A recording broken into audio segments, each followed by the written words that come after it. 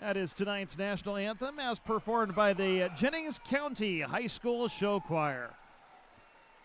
It's about time for hockey. The Fuel will move from right to left as you envision this rink in your mind's eye. They're wearing their third gray sweaters tonight with the black shoulders, the red and black trim on the bottom, the black pants, the gray, red, and black socks with the black numbers. The Komets in their third sweaters as well. They're orange, kind of a throwback look to their IHL days in the 90s with the old school Komet logo with a K inside of the Komet that looks like a saw blade across the front. The numbers are white, the nameplates are as well, so is the trim.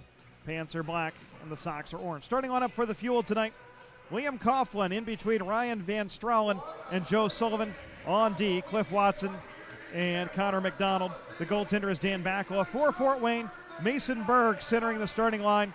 In between Alan Łyszczarczyk and Brady Shaw. The D pairing is Kyle Haas and Olivier Galipeau, and the goaltender is Cole Kehler.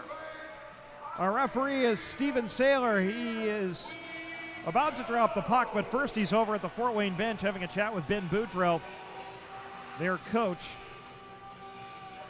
And he's going to come over and say something to Doug Christensen as well, just to take care of something. He's holding a lineup card in his hand, and he handed the lineup card to Doug Christensen. And we'll see what is being sorted out here as our referee has handed the lineup card to Doug Christensen. He's got a pen out, and he's taking a look at it. So I am looking at the lineup card and don't see anything that would be out of the ordinary as far as a player with an incorrect number. I think everything has been sorted out, and it's about time for hockey. The Fuel moving from right to left, the Komets from left to right. The puck is down, and Liam Coughlin wins the draw away from Mason Berg, and away we go. In this Battle of Indiana, the Komets bring it into the Fuel zone. A turnover at the line, and Berg takes it right down Main Street and fires just wide of the right post. He goes after the loose puck in the corner, loses an edge. He's down on the ice. It's dug out of his skates by Cliff Watson of the Fuel, one of the three new acquisitions in the Fuel lineup, and he skies it all the way down. Berg in his own zone for Fort Wayne, back diagonal to Haas, who headmans to Łyszczarczyk, who tips it into the Fuel zone. Watson gets there first for Indy, and Cliff works it around to Van Stralen, his former teammate in Kansas City and now current teammate in Indy. And they bring it ahead to Liam Coughlin, who dumps it in. Indy goes for a change. 45 seconds in, we're scoreless. The Komets dump it in. It rims around to Dan Bakula. The Fuel goaltender will send it around the boards, but it comes right to A.J. Jenks along the far side, and he whistles one through the crease. Here's a shot from the point, deflected on goal. Jenks puts one on Bakula right from the doorstep. The Fuel goaltender holds the fort and makes a pad save. Here's Bowden's low behind the Fuel net. Takes it out to the left side. And Gabriel Verpass, the defenseman, pinching up, trying to keep it alive. It was poked free from him, but Bowden's rotates back to keep the puck in the zone.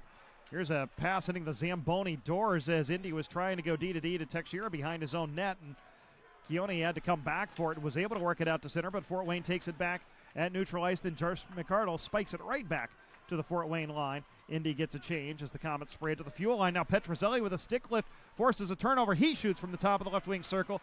Bakula with a blocker save, and the Fuel corral the rebound.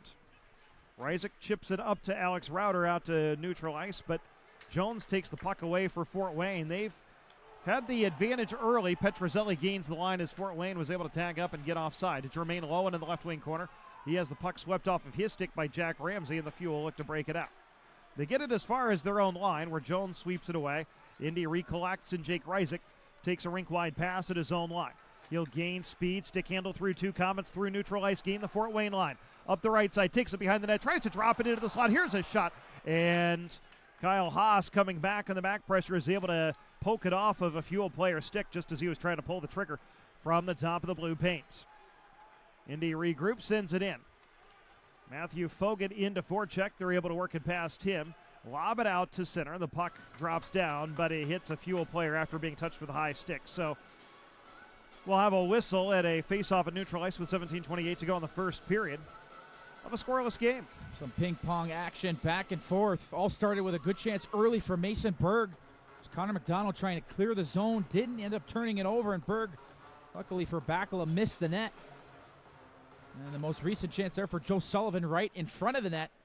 But Kehler was on the spot to make the save. Looks like the Fuel just maybe a little bit nervous here to start this game, turning the puck over in their own zone. They got more time than they think. Fuel gain the puck in their own zone, and Van Stralen just sends it out to the Fort Wayne line where Galipeau collects, goes to Haas. He'll send it all the way down from behind his own, from behind the center red line. And it goes all the way down. Cliff Watson gets the touch for icing, and we've played 2 minutes and 54 seconds. Offensive zone draw for the Fuel. And Fort Wayne, not a tired line. They just changed 25 seconds ago, but the Fuel will get a chance to set the matchup. The Plouffe, McIntyre, Spencer Watson line out. Spencer rejoining the team Wednesday from Rockford. And got a false start, so a warning on Fort Wayne. And the puck tied up in the circle comes to Spencer Watson out to the left point. Cliff Watson puts it on goal. Save made by Kehler. Pucks it in low behind the Fort Wayne net. Back out front into the right wing circle. Spencer Watson tried to dangle across the slot. It was poked off of his stick over to the far boards.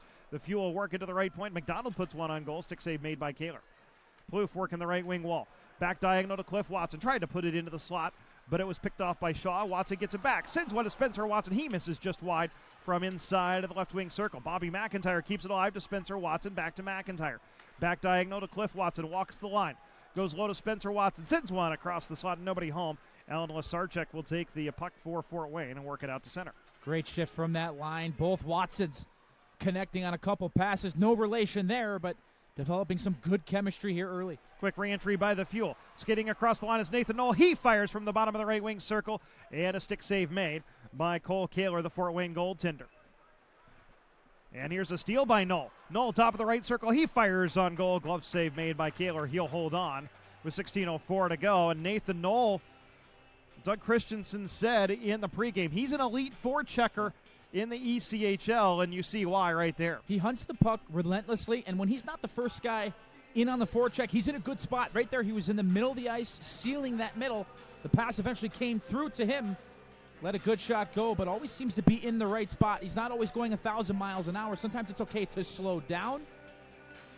And a great read there from, as you said, one of the best forecheckers in the league, Nathan Knoll.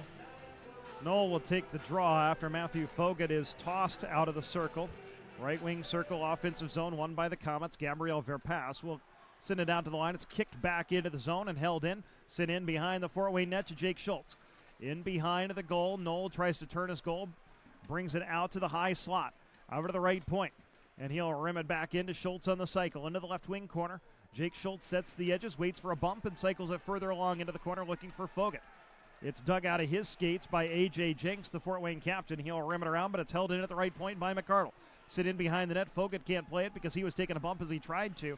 It rims all the way around to the near board. Schultz tries to keep it alive. It's gloved out to the line, held in by Teixeira, but he couldn't control the puck. The Komets bring it the other way.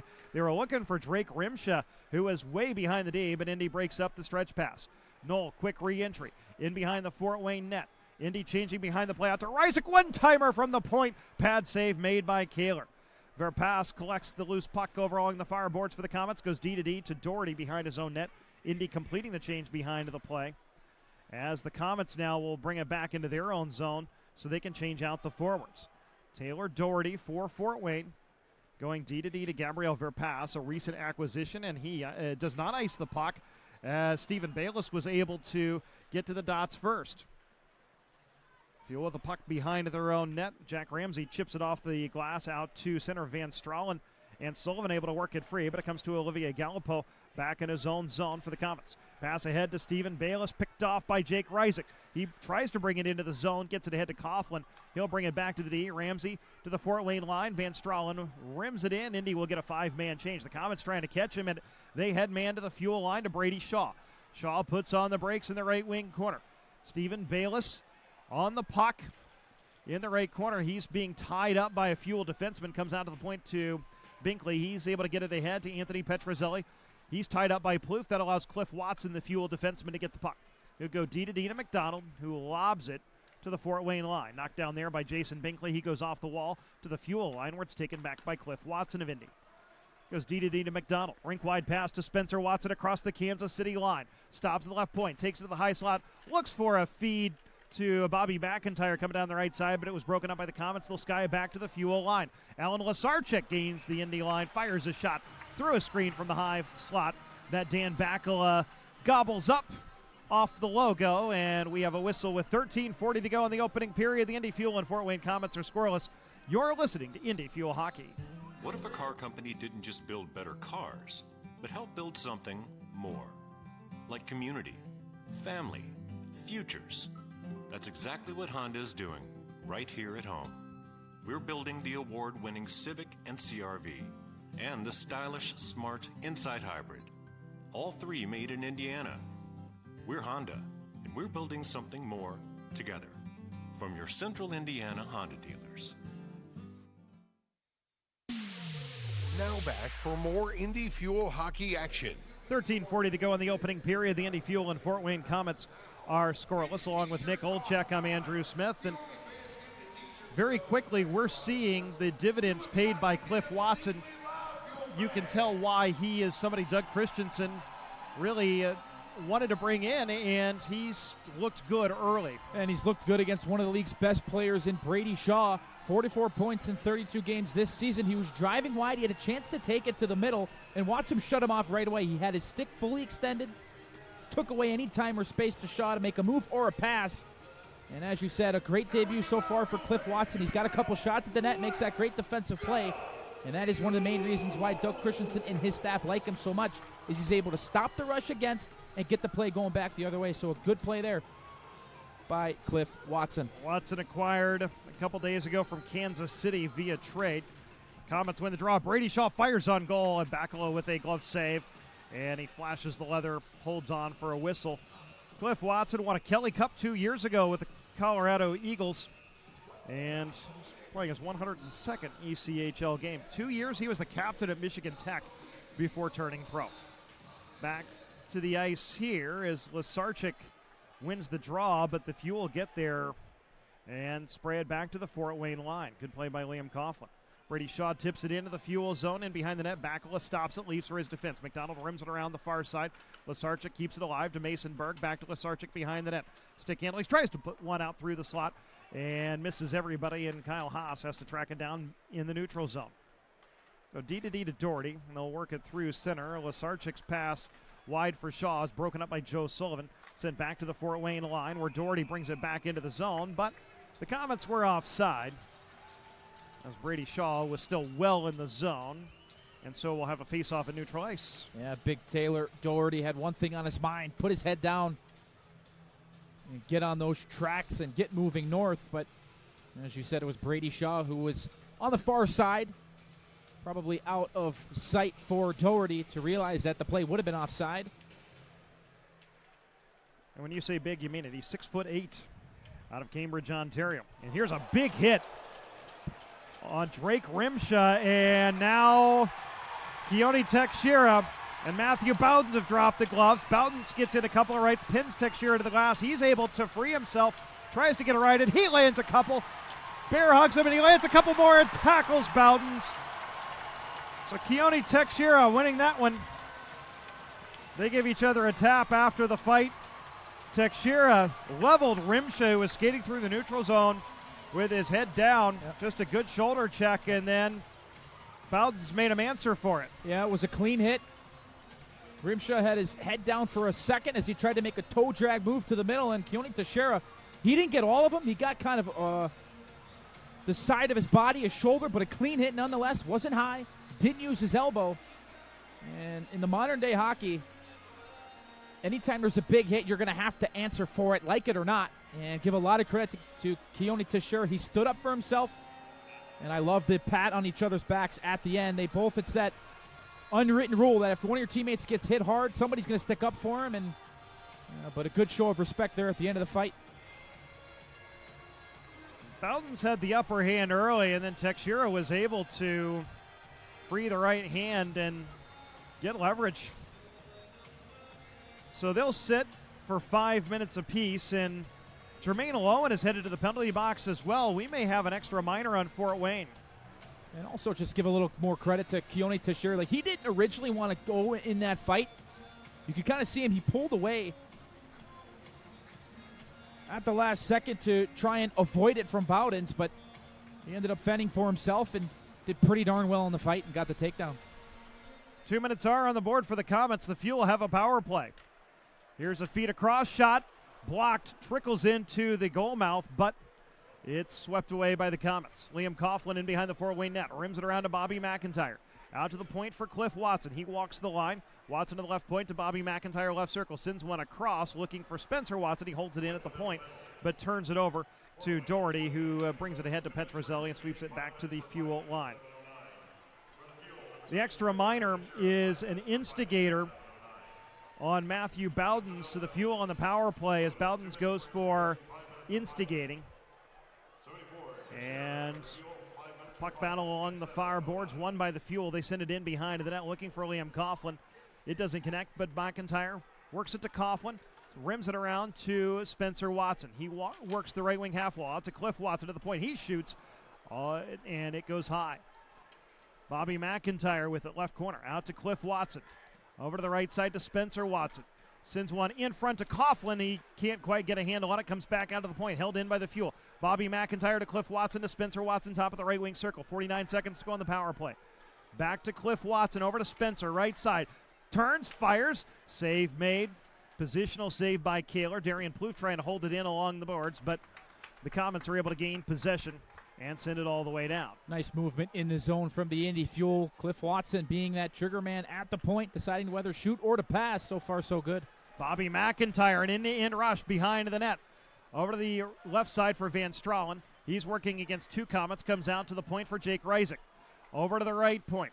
Here's a feed in front. Van Stralen deflects it wide. Haas is able to push a player off the puck, but Van Stralen gets to it, takes it to goal, fires from the doorstep, trying to jam it past Kehler, but the Fort Wayne goaltender able to get the pads down and close up the 5-hole, make a save, and hold on for a whistle with 10 seconds to go on the power play. 11:01 to go in the first period of a scoreless tie. There is Ryan Van Stralen without any hesitation, taking that puck right to the front of the net. Not many people that are going to be able to hang with him in front of the net for how big and strong that he is. That is the name of his game. Take it to the net, follow it up, look for any rebounds. So a good idea there on the power play by the new Indy Fuel player, Ryan Van Stralen. Nathan Knoll out to take the draw for the final 10 seconds of this face-off. And the Komets win it, and Galipeau sends it all the way down. And that should do it for the remainder of the Fuel's power play. Jake Reisig will pick the puck up behind his own net. And Lowen is out of the box. And we're back to 5 aside. Jake Reisig gains the Fort Wayne line, tries to take it to goal, and he's challenged, but the puck comes out of the point. Here's a shot that is sticked aside. Into the left wing corner, Nathan Knoll trying to keep it alive, but Kyle Haas takes the puck behind his own net, works the left side, and tries to send it into the Fuel zone. Icing is waved off as Jake Reisig gets the puck in his own corner. Leaves it for his D partner Ramsey. Headmans to the Fort Wayne line to Alex Rauter, who tips it in and then delivers some punishment on Binkley. Komets able to work it around to Petchenig, who works it up the left side to Brady Shaw, tips it into the Fuel zone. McArdle sets the edges in the far corner, waits for the hit. 4 players come in to try to dig it free. McArdle and McDonald for Indy. And it's taken out of there by Stephen Bayless. Bayless is tied up. Coming in to keep the puck alive is Drake Rimsha in behind the Fuel net. Rimsha still on it, working on Joe Sullivan. He's able to go further behind the net now out to the right point for Jason Binkley. Tries to sidestep a check, takes it farther along the wall. Binkley looks to center. It's blocked by McArdle into the right wing corner. He takes a bump from Stephen Bayless. And Connor McDonald, McArdle both trying to dig it free. Comes out into the right circle for Jones. He's poke checked, comes out to the line now to Petchenik. His shot is blocked by Coughlin, comes into the net front where McArdle spikes it to the far corner. And he ties up his man. Rimsha comes in to help, fires out high to A.J. Jenks. His one-timer right on, and Dan Bakula flashes the pad to make the save. Big early save from Bakula to keep this a scoreless tie on A.J. Jenks' one-timer from the high slot. He came right off the bench, got lost in that slot area. Because he came off the bench, no Fuel players were able to mark him as he came from so far outside of the zone, but a big stop there on the left pad of Dan Bakula. Komets send it into the Fuel zone. Cliff Watson leaves for Reisig. He'll play it off the wall to Bobby McIntyre. The Fuel work it out to center. Spencer Watson across the Fort Wayne line. Tries to split the D. Verpass pushes him wide. Spencer out to Cliff Watson, left point. Over to the right point. Underneath, the Fuel working it back. Diagonal to the left point to Cliff Watson. He'll send one goalward. It goes wide. Bobby McIntyre takes a hit, and the puck comes out to neutral ice where Jake Reisig will settle it down. Tried to head man to Plouffe. It hit his skates, but Cliff Watson collects and gains the Fort Wayne line. Sends it into the right wing corner. Nobody home. Mason Berg will get to the puck, push it ahead, but it's kept alive briefly by Spencer Watson. It comes right back to the Komets Berg, and he'll work it back to the D. Aggressive forecheck for the Fuel as the Komets able to break it, work it through center. Berg to Łyszczarczyk in front. Brady Shaw tips it just wide. Poke check sends the puck back out to center where it's settled down by the Fort Wayne D. They try a quick re-entry, but Matthew Foget coming off the bench, able to take it away for the Fuel. Puck hops over his stick as the Indy was trying to headman it to him at the Fort Wayne line. The Komets bring it back into the Fuel zone. Brady Shaw able to get through a check, bring it into the zone, but good back pressure by Jack Ramsey. Takes the puck. Indy with numbers the other way. Ramsey across the Fort Wayne line. Drops to the trailer. McArdle, he fires right on. And Kehler makes the save and gobbles it up with 7:40 to go in a rapidly moving first period. The shots are 10-6 in favor of Indy, but we have no score. Yeah, great back pressure there coming all the way back. Jack Ramsey got caught. He was beat to the middle by Shaw, but he didn't give up on the play, used his speed to get back, stole the puck, and then he was the one that started the rush the other way for the Fuel. And he made a drop pass to his defense partner, Josh McArdle, who jumped into the play. So a pair of defensemen linking up in the offensive zone. And that is one of the strong suits of the back end for the Fuel. Not just good defenders, but guys who are going to get up into the rush as well. And he forces Kehler to make a good stop there on the offensive chance for the Fuel. Both Bowdens and Teixeira are out of the box after their fight. So Indy back to its full complement of 6D. Coughlin wins the offensive zone draw, trying to get it back to Sullivan, but it's taken out of there by Will Petchenig of Fort Wayne. He'll lob it into the Fuel zone. Cliff Watson sets the edges. Headman's looking for Coughlin. It doesn't connect. It goes all the way down and will be an icing on Indy with 7:26 to go in the opening period. Fuel back here tomorrow night, 6:05 face-off. It's the only appearance for the Atlanta Gladiators. It's also a Wizard night tomorrow here at the Indiana Farmers Coliseum as this 6-game homestand continues. Face-off in the left wing circle for Wayne's offensive zone. Ben Jones against Liam Coughlin. Tied up in the circle, and Spencer Watson takes the puck away. Look at that, Joe Sullivan. He'll bring it across the checkered red line and send it in. Van Stralen in on the forecheck. Binkley gets there first and is able to outlet, but Stephen Bayless can't quite get it out on first effort nor second. Petchenig on third effort tries to work it ahead to Bayless. He's able to send it back laterally to the D, and Petchenig on fourth effort able to bring it out to neutral ice. Along the right wing wall, Anthony Petrozelli sends it into the Fuel end. He'll go for a change, and he collects the puck. Pass ahead to Bobby McIntyre at center. He's looking lateral for Plouffe. It's swept off of his stick nicely by Taylor Doherty of Fort Wayne, and the Komets bringing it the other way.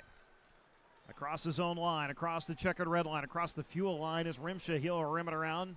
Bowdens lets it go to the point for Verpass. Save made on a tricky shot, and Backel able to flash the pad.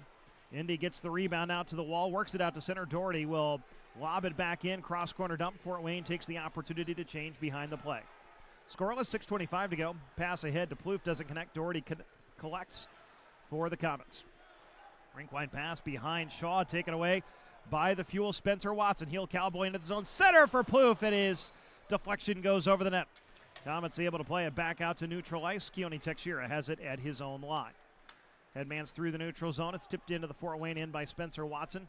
Back to Gabriel Verpass. Goes D to D to Doherty for the Komets. Quick pass ahead and lobbed into the Fuel zone by Jones, where Teixeira settles it down. Goes D to D to Reisig. 5:49 to go. Pass ahead, tipped into the zone by Alex Rauter.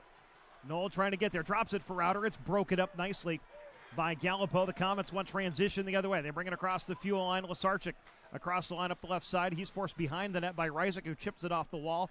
All over to the near side, and Nathan Knoll is able to sweep it out to center. Looking for Rauter. A.J. Jenks is able to ward him off the puck and play it back to the D. However, as the Komets tried to outlet, Matthew Foget was able to get a stick and deflect the outlet pass up and out of play, and so we'll have a whistle With 5:25 to go in the opening period, the Fuel and Komets are scoreless. You're listening to Indy Fuel Hockey. The Hoosier Lottery is turning 30. To celebrate, we're telling the stories of Hoosiers across the state, as well as the different ways the lottery gives back to Indiana. Find out how at HoosierLottery30.com. And thank you for 30 wonderful years. Please play responsibly. Tomorrow night at Indiana Farmers Coliseum is going to be a magical night. The Atlanta Gladiators are in at 6:05 for Wizard Night. So make sure you have your broomsticks at your side and your wands in your hand for this awesome game between the Indy Fuel and the Atlanta Gladiators at 6:05. You can get your tickets right now, on your phone even, at IndyFuelHockey.com. We'll see you at Indiana Farmers Coliseum tomorrow night at 6:05 for Indy Fuel Hockey, the hottest thing on ice. Now back for more Indy Fuel Hockey. 5:25 to go in the first period. The Indy Fuel and Fort Wayne Komets are scoreless. Along with Nick Olchek, I'm Andrew Smith. And Nick, you're seeing a lot of contributions from players who are either new to or returning to the Fuel lineup, but one guy who's really stood out, especially in the forecheck, is Nathan Knoll. Nathan Knoll, he's a guy that's always going. He's always keeping his feet moving, and I'll tell you what, as a player playing with him, that is a dream because you know that he's going to be the first one in on the forecheck every time. And so far, so good for number 10 in gray since returning to the Indy Fuel. Very much that, I mean, we use this term a lot, but he's another one of those Energizer Bunny type of guys who he's easy to play with because he's always willing to work hard and do those tough things. And if Nathan Knoll can continue to be disruptive in on the forecheck, I wouldn't be surprised if the Fuel can have even some more continuous and constant pressure in the offensive zone. Fort Wayne wins the defensive zone draw, and Galipeau skies it to the Fuel line. Jake Reisig collects, sends it off the near boards, picked off by the Komets. Ben Jones brings it in, and he's tied up by Plouffe, who forces a turnover. Here come the Fuel the other way. Across the line is Spencer Watson. Sends one goalward. It's deflected. Pinballs are out. Hits McIntyre in front and goes wide. Komets work it back out through neutral ice. Across the Fuel line is Ben Jones. Works on Reisig, stops, waits for some reinforcements as Fort Wayne is changing behind the play. Rimshaw fans on a shot, and that allows the Fuel to take the puck. Jake Reisig at his own line goes D to Ramsey. Headman's through the neutral zone, knocked down by Lowen, and the play was onside. He was waiting, thinking it wasn't, and the Komets bring it in. Binkley drops for Jenks, right point. Jenks fires, deflected wide. Bobby McIntyre hopping on the puck over on the far side, is able to sweep it to the line, but not out. Held in and sit on goal, where Dan Bakula gloves it and holds on with 4:30 to go. Seemed like everybody stopped there thinking the play was offside, and then Jermaine Lowen just brought it into the zone and led to a little bit of sustained pressure for Fort Wayne. Yeah, it was a really smart play from Jermaine Lowen. He was waiting for his teammate to get back on side, so he just kind of left it there. And once that play did get back on side, he took possession of it and tried to find his teammate going back in. But a smart play from a big and tough, but a smart player as well. Fuel win the draw in their own zone and work it out through neutral ice. Pass ahead to Alex Router, 2-on-2 across the Fort Wayne line. Stops the right point, fires on goal, and Cole Kehler makes the save. Rebound tumbles free as it's held in by Foga. Drops in the slot for Knoll. Tries to walk down Main Street, but he couldn't get it through four Komets. One of them poke-checked him and took the puck away. And Mason Berg brings it across the Fuel line. Feeds in front all alone is Brady Shaw. And Dan Bakula shuts the 5-hole and gets a whistle.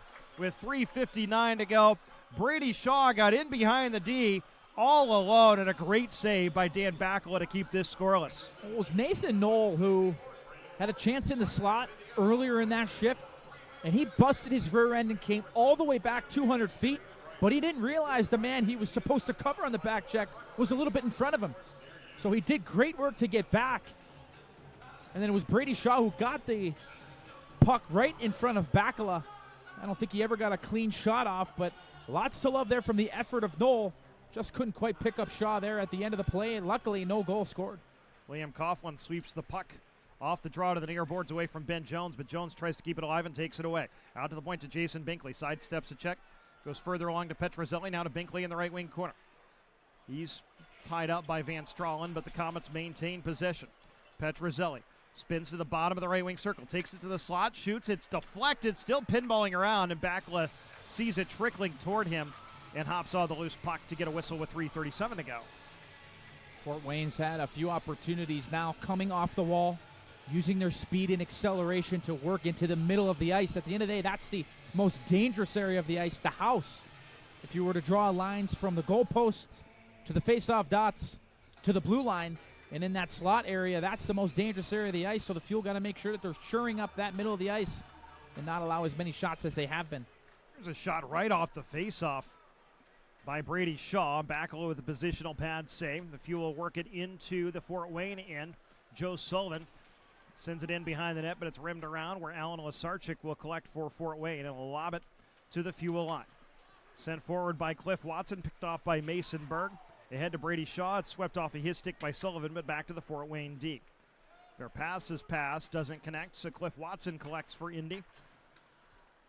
Cliff back in his own zone with 3:05 to go. Scoreless first period. Headmans to Joe Sullivan. Looking to find Darian Plouffe cutting across the middle. Pass doesn't connect, picked off by the Komets. Good diving play by Sullivan, forces the puck free, but Mason Berg collects. He sends it to an open wing, and the Komets will just chip it into the Fuel zone. Indy changing out the forwards. Fort Wayne making a change behind the play as well.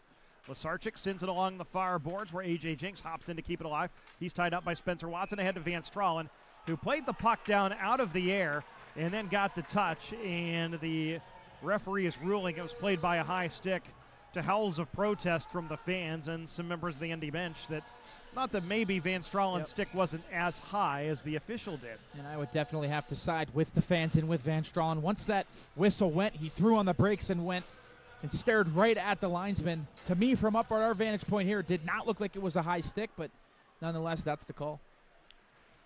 Puck tied up off the draw, hops off the wall to Darian Plouffe for Indy. He'll head man to Spencer Watson. He sends it in. Plouffe is offside, so he has to go tag up as the Komets get the puck. Watson in on the forecheck as Fort Wayne outlets to A.J. Jenks. Across the checkered red line, he'll send it in. Rims all the way around. Hops over Backla's stick. Comes down to the point. Plouffe tries to chip it forward, and it ends up in the Fort Wayne bench. So we'll have a whistle with 2:10 to go in the first period.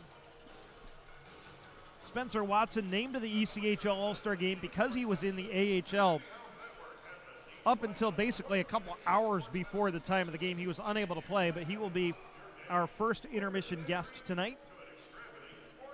So stick around for that after 2 minutes and 10 seconds of playing time. Fuel and Komets scoreless. Matthew Fogut on to take the draw against Ben Jones for Fort Wayne. Fogut, one of 3 players acquired by Doug Christensen this week. He was acquired Monday from Greenville in a trade. Komets rim it around. Feed Petrozelli high slot. He misses high. Binkley holds in at the right point. He'll send it to Petrozelli.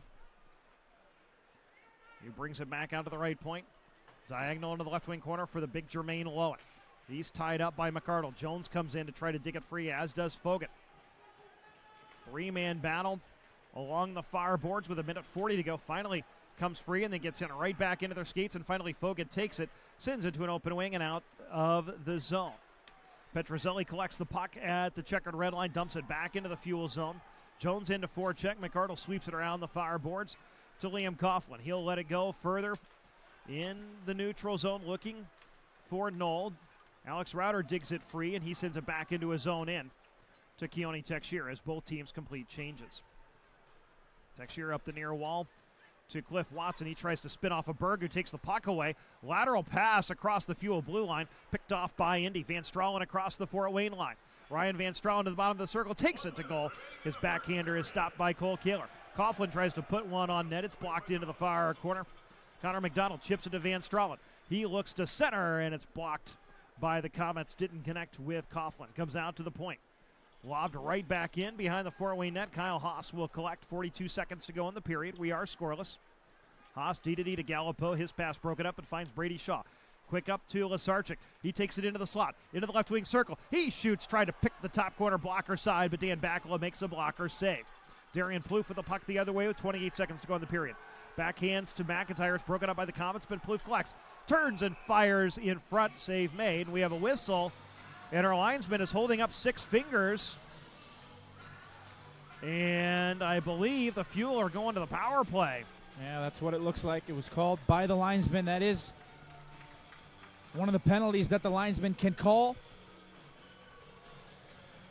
And how about the save just seconds earlier by Dan Bakala on the opportunity from Alan Łyszczarczyk. He cut to the middle, And the guy that was covering him was Cliff Watson. He tumbled, and that allowed Łyszczarczyk to get right to the net. Bakala came out, cut down that angle, made a good save.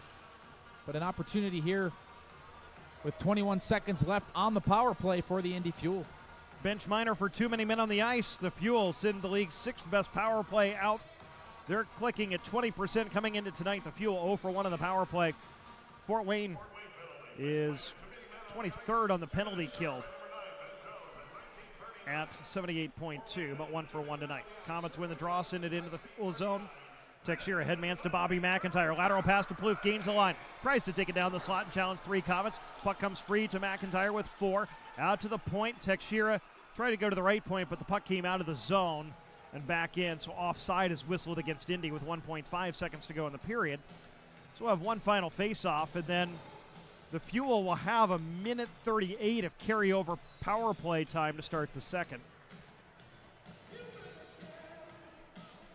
Coughlin and Jenks on the draw. The puck won by Coughlin. The horn sounds. Our first period is over. A lot of action, but no goals. The Indy Fuel and Fort Wayne Komets scoreless after 1. Shots are 11 apiece. Fort Wayne carried the play in the first couple of minutes. Then the Fuel asserted their advantage. Fort Wayne with 5 of the last 6 shots on goal in this game. And the two teams head to the dressing room right where we began. We're scoreless. And Cliff Watson, one of the new guys, is with Scott Allen. We'll send to ringside momentarily after the players clear the ice. And Ryan Van Stralen is still talking to our referee, Steven Saylor, about that puck played with a high stick call that he was disputing either and maybe just getting a clarification. But I think everybody gets the explanation they want. We're scoreless through 1. Between the Fuel and Komets. It's been a well-played game. Both goaltenders have made some pretty good saves. Dan Bakala has had to be called on a couple of times. And let's sit at ringside to Scott Allen with Cliff Watson. They didn't give you a lot of time to turn around, get your stuff unpacked, and get to playing, did we? No, I got here pretty quick. I got here late last night, around midnight. I'm out here today, so it's fun. Good group of guys. I'm excited to be here. Yeah, we're thrilled to have you, and acclimating to the new routine. How is that? Yeah, absolutely. Everyone made it really easy on me. Coaches were awesome, and the guys in the locker room are great too, so it's a good time. We're looking forward to great things out of you. Let's hear it for Cliff Watson fans. Yeah, Scott says we're looking forward to great things out of Cliff Watson, and one period's been a pretty good sample size so far. He's looked really good on the Fuel blue line. We're scoreless between the Fuel and Komets. After a period, Nick and I will be back in just a minute with our first intermission show. You're listening to Indy Fuel Hockey. Are you tired of that unreliable office printer? Is your desk covered in stacks of paper? Are you afraid of losing important business data? We can help. Braden Business Systems is the single source for all your company's office equipment, IT service, and document management needs. And we have you covered with a 97% customer satisfaction rating. The official office equipment supplier of the Indy Fuel, locally owned and operated since 1989. Visit BradenOnline.com today. Tomorrow night at Indiana Farmers Coliseum is going to be a magical night. The Atlanta Gladiators are in at 6:05 for Wizard Night. So make sure you have your broomsticks at your side and your wands in your hand for this awesome game between the Indy Fuel and the Atlanta Gladiators at 6:05. You can get your tickets right now, on your phone even, at IndyFuelHockey.com. We'll see you at Indiana Farmers Coliseum tomorrow night at 6:05 for Indy Fuel Hockey, the hottest thing on ice. Now back for more Indy Fuel hockey action. We're in the first intermission at the Indiana Farmers Coliseum. The Indy Fuel and Fort Wayne Komets are scoreless, but the Fuel 0 for 1 on the power play. They'll have a minute 39 of carryover power play time to begin the second period. But Nick Olchek, an action-packed period. The one thing we're seeing 3 new players as well as 2 players returning from Rockford, but they look like they have fit in rather seamlessly so far. And that's what has happened really to any new player that has come to the Indy Fuel. Obviously, the players rejoining are pretty much accustomed to the way that this team works. But I think the reason why new players that have been signed or traded here have gotten off to such a good start is because of the character that's already in that dressing room. You have leaders. You have a great coach and staff that are going to help bring those guys along. and I think it's been a good debut so far for Van Stralen. Obviously, Cliff Watson had a really strong first period, both in his own zone as well as the offensive zone, and Matthew Foggett as well was in and around the puck. So far, so good for those new faces, and to see the old faces in Spencer Watson and Nathan Knoll back, that is certainly a great thing to see for us broadcasters as well as the fans, and you know that those guys are happy to be back here with the Fuel. And Keone Teixeira, a big hit on Drake Rimsha early. He's asked to stand up for it. He does. It ends up winning the fight with Matthew Bowdens, and the two guys kind of tapped each other. They said, you know, kind of that, look, I know what we both doing what we have to do here, and but I think that's one of those things that when you see guys that aren't quote-unquote fighters dropping the gloves, standing up for themselves, that really can enliven a bench. And I'm, you know, if I'm being honest, I'm going to say that I don't love that anytime you lay somebody out, you have to fight.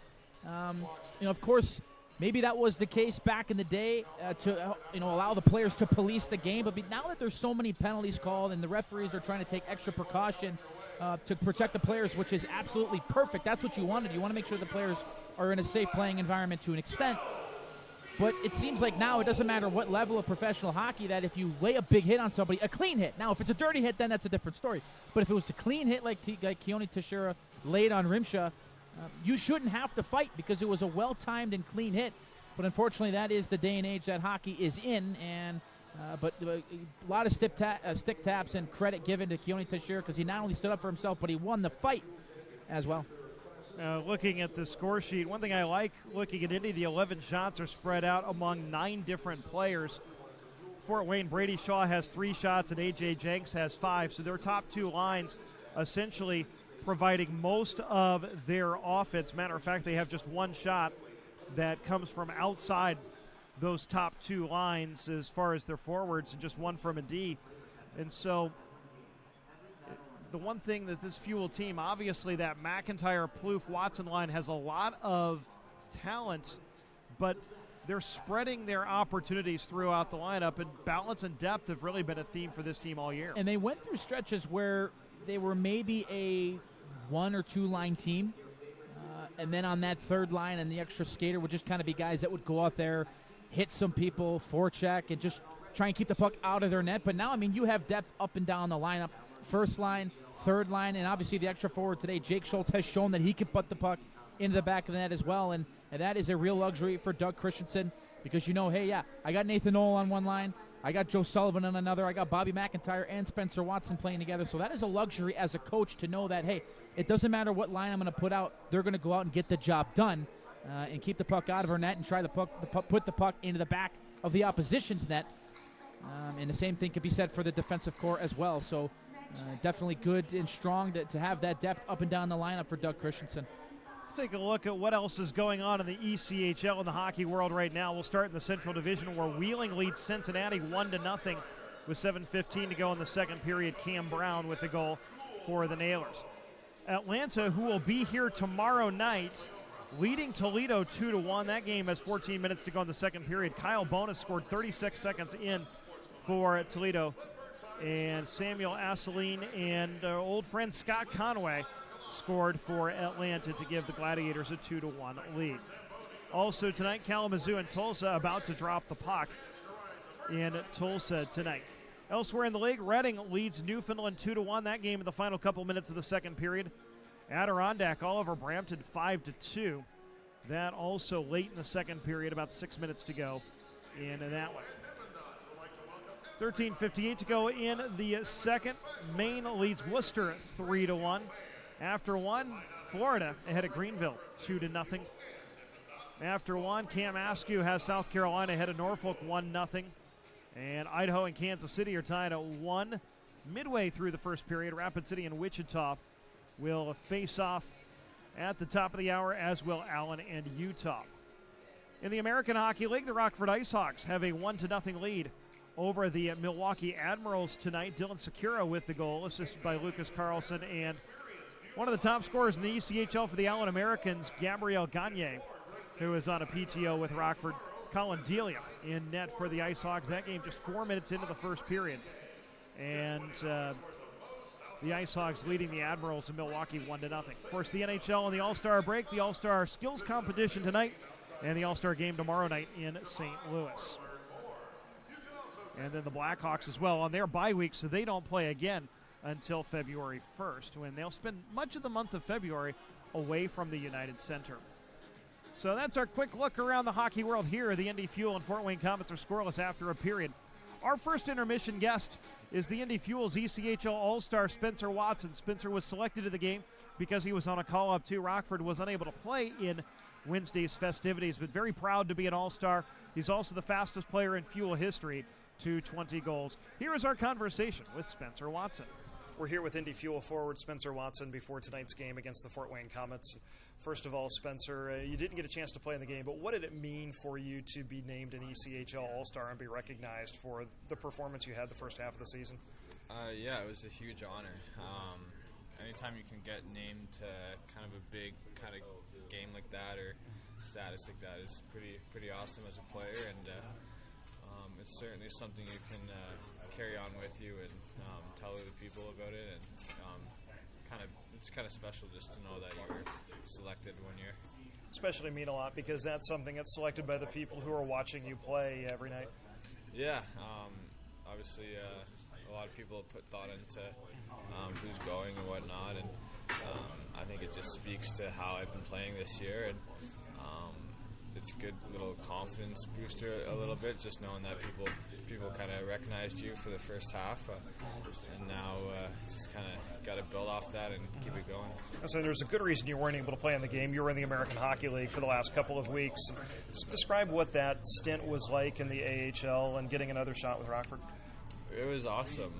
That's kind of been my whole goal this year, is to get called up and show what I can do up in that level. So I think anytime you can go up there and get experience and know what it takes and just kind of get some reps in with other players, get some games in, is really good for kind of my development. And so, yeah, it's been a good couple of weeks up there, and I definitely learned a lot. You can learn a lot anytime you're up there. So, and again, now I'm just ready to bring that to here. With the fact that you played a little bit there at the end of the season last year, and there's so many guys that you either played with last year or guys that you played with here in Indy, in Rockford, did that make it a little bit easier for you just because you knew a lot of the players? It was, yeah. Anytime you know someone on a team, going into a new environment is always huge, and it always helps just your confidence in a way, knowing that you have other guys you know around you, and even just if it's simple as going out to get dinner or something, you know that you're not alone. And again, there were a couple of guys from Indy from here up there that I know, and so I think we'd always just make it a thing to go for dinner or something, just to kind of pass some time and not kind of be alone. And but at the same time, I met some new guys as well, and all of that's awesome. I think in the sport of hockey, you figure that out, and it's kind of a special thing you get to do. Fastest player in franchise history here to 20 goals. 20 is kind of a big number, kind of a milestone for a lot of players. What does it mean for you to have hit 20 goals this season and to have done it in such a short amount of time? It's awesome. I think as you look into the pro ranks, anytime you can get over 20 says a lot about your game, and it's a really cool accomplishment to do. And it just so happens it came really quickly for me, and I'm pretty proud of that. And I mean, there's no reason to stop and just keep going. How have things clicked for you this season? They've clicked really well. I think I take that a lot into my preparation for this year, and deciding on where to go, where to play. Obviously, Doug has really helped me a lot. I was confident and comfortable with how he coaches and kind of the systems already that what he expects out of me. So I think when it comes towards that, it's been a very easy transition for the start of the year. I knew if I come here and just not have to worry and focus on getting to know a new team and kind of getting to know the people around you. I already knew Indy, so it was kind of just, I got to just step right back into a comfortable place and just play hockey. So you're one guy who had, as well as some of the guys that have played here in the USHL, that have been here in Indy, but had also played for Doug. So you kind of had a little bit of the best of both worlds coming into this. But also, we talk about, kind of what's clicked. What are you hoping to do here the rest of the year? I expect myself just to pick up where I left off. And as a team, I think our main goal is to make it to that Kelly Cup final and win it. So I think there's still a lot of work to go. 37 games or something like that left. It's not going to be easy, but we're putting together the pieces, and I think I've just seen a big improvement from the start of the year till now. I think we're all confident in each other and confident in how we're supposed to play, and I think you're going to see a big push from us coming down the stretch here. Describe the chemistry you have with your line mates and McIntyre and Plouffe, and how you guys really work well together. They're two great players. I think we all bring a little different, something a little different to the ice. So I think it makes it easy just to get everything going. You have Bobby's speed. Plouffe is a great face-off man. He works hard. He knows how to find those areas, and obviously I'm the same. I like to find those areas. I like to put the puck in the net. I think we just work well. It's just one of those lines that everyone contributes in their own way, and it just works. Thanks a lot, Spencer. Yeah, thank you. Indy Fuel forward Spencer Watson. We'll be back right after this. Tonight's game is brought to you by the ECHL, celebrating its 32nd season of affordable family entertainment. The ECHL would like to recognize the following league sponsors: AMI Graphics, official signage provider; A&R Sports, official hockey accessory supplier; AthleticNet, official jersey supplier; Baron Rings, official championship ring supplier; BFL Canada Risk and Insurance and Sutton Special Risk, sponsors of the 2020 ECHL Hall of Fame induction ceremony; Ephesus Lighting, the preferred lighting partner of the ECHL; The Fairley Group, official commercial insurance provider; Geico, official auto insurance of the ECHL; Handbid, the official mobile auction app; Honig's, the official partner of the ECHL officiating team; Howie's Hockey Tape, official hockey tape and lace provider; In Glasgow, official puck provider; The Migray Group, your source for game-worn jerseys; Ticket Galaxy, official ticket resale partner; and Warrior, official on-ice equipment provider of the ECHL. Catch all the live ECHL action in high definition by logging on to ECHL.tv. Now back for more Indy Fuel Hockey. Hey fans, be sure to check out ECHL.tv. It is the live streaming destination for the 2019-2020 season. You can catch all the latest live action from across the premier AA Hockey League, including multi-game high-definition view and playback functionality on your PC, your mobile, and your OTT devices. Visit ECHL.tv today to get into the game and never miss the action. He is Nick Olczyk. I'm Andrew Smith. We're getting closer to the second period of tonight's game between the Indy Fuel and the Fort Wayne Komets. We're scoreless. The Fuel will have a minute 38 of carryover power play time to begin the second period. A too many men on the ice penalty on Fort Wayne that's being served by Ben Jones, giving the Fuel an opportunity here. You've got clean ice. You've got the opposing team in the long change. This opening faceoff, critical for the Fuel, but a good opportunity to start the second period off well against a Fort Wayne team that we saw kind of an even first period. The Komets had a push early, had a push late. The Fuel kind of controlled things in the middle, but the goaltenders so far have been the story as they've each made 11 saves. Yeah, 11 shots apiece in that first period. Both goaltenders. Dan Bakla was tested once there on a good opportunity in front from Alan Łyszczarczyk, and then a couple good chances. But for the most part, goaltenders haven't been tested a whole heck of a lot. But a good opportunity here early for the Fuel on the power play. There's been a lot of instances, partner, where to this point in the season, a team has either been on the killer or the power play to start a period. And as a power play team, that's great. As a power play player, that's great because you're going to be able to zip the puck around without any snow getting in the way. And no doubt the key for the penalty killing team, try and win the faceoff, take it back into your zone, maybe kill off 4 or 5 seconds, and then dump it all the way down. And all of a sudden, you could find yourself with 20 or 30 seconds killed off by the time the power play comes back into the zone. But for the Indy Fuel, starting on the power play here, a good opportunity to try and take the lead. The Fuel will move from left to right as you envision this rink in your mind's eye for the second period. Liam Coughlin wins the draw, back to Keone Teixeira, and away we go. Bobby McIntyre dumps it into the left wing corner. Their pass for Fort Wayne, rims it around, but it's held in along the wall by Coughlin. Works the right half wall. Challenged by 2 Komets, able to get it out to Watson at the point. He plays pitch and catch, takes it to the top of the right wing circle. Spencer Watson curls to the forehand, works the half wall, brings it out to the point for Teixeira. Back to Spencer Watson, top of the right wing circle. Centers for Plouffe, who tips it just wide. McIntyre falls down, and here come the Komets the other way. 4-on-2 developing, now 3-on-2. Here's a shot that goes high, or it's gloved by Backlow. It was going to go high. Sure-handed. He'll hold on for a whistle with 1 minute to go in the power play. And there you're in perfect position. Everything's calmed down. Then a guy falls down along the wall, and it's an odd man rush the other way. Yeah, unfortunate. And that came off the heels of a good look from Spencer Watson here on the near side. He's got a lot of different options. He can send it back to the point for Teixeira. He can shoot it himself. He can look for the goal line play, or he can look for Darian Plouffe in the slot, looking for that little shot pass play. A lot of time that catches goaltenders in between because they think a pass is coming, and then the puck gets redirected at the net.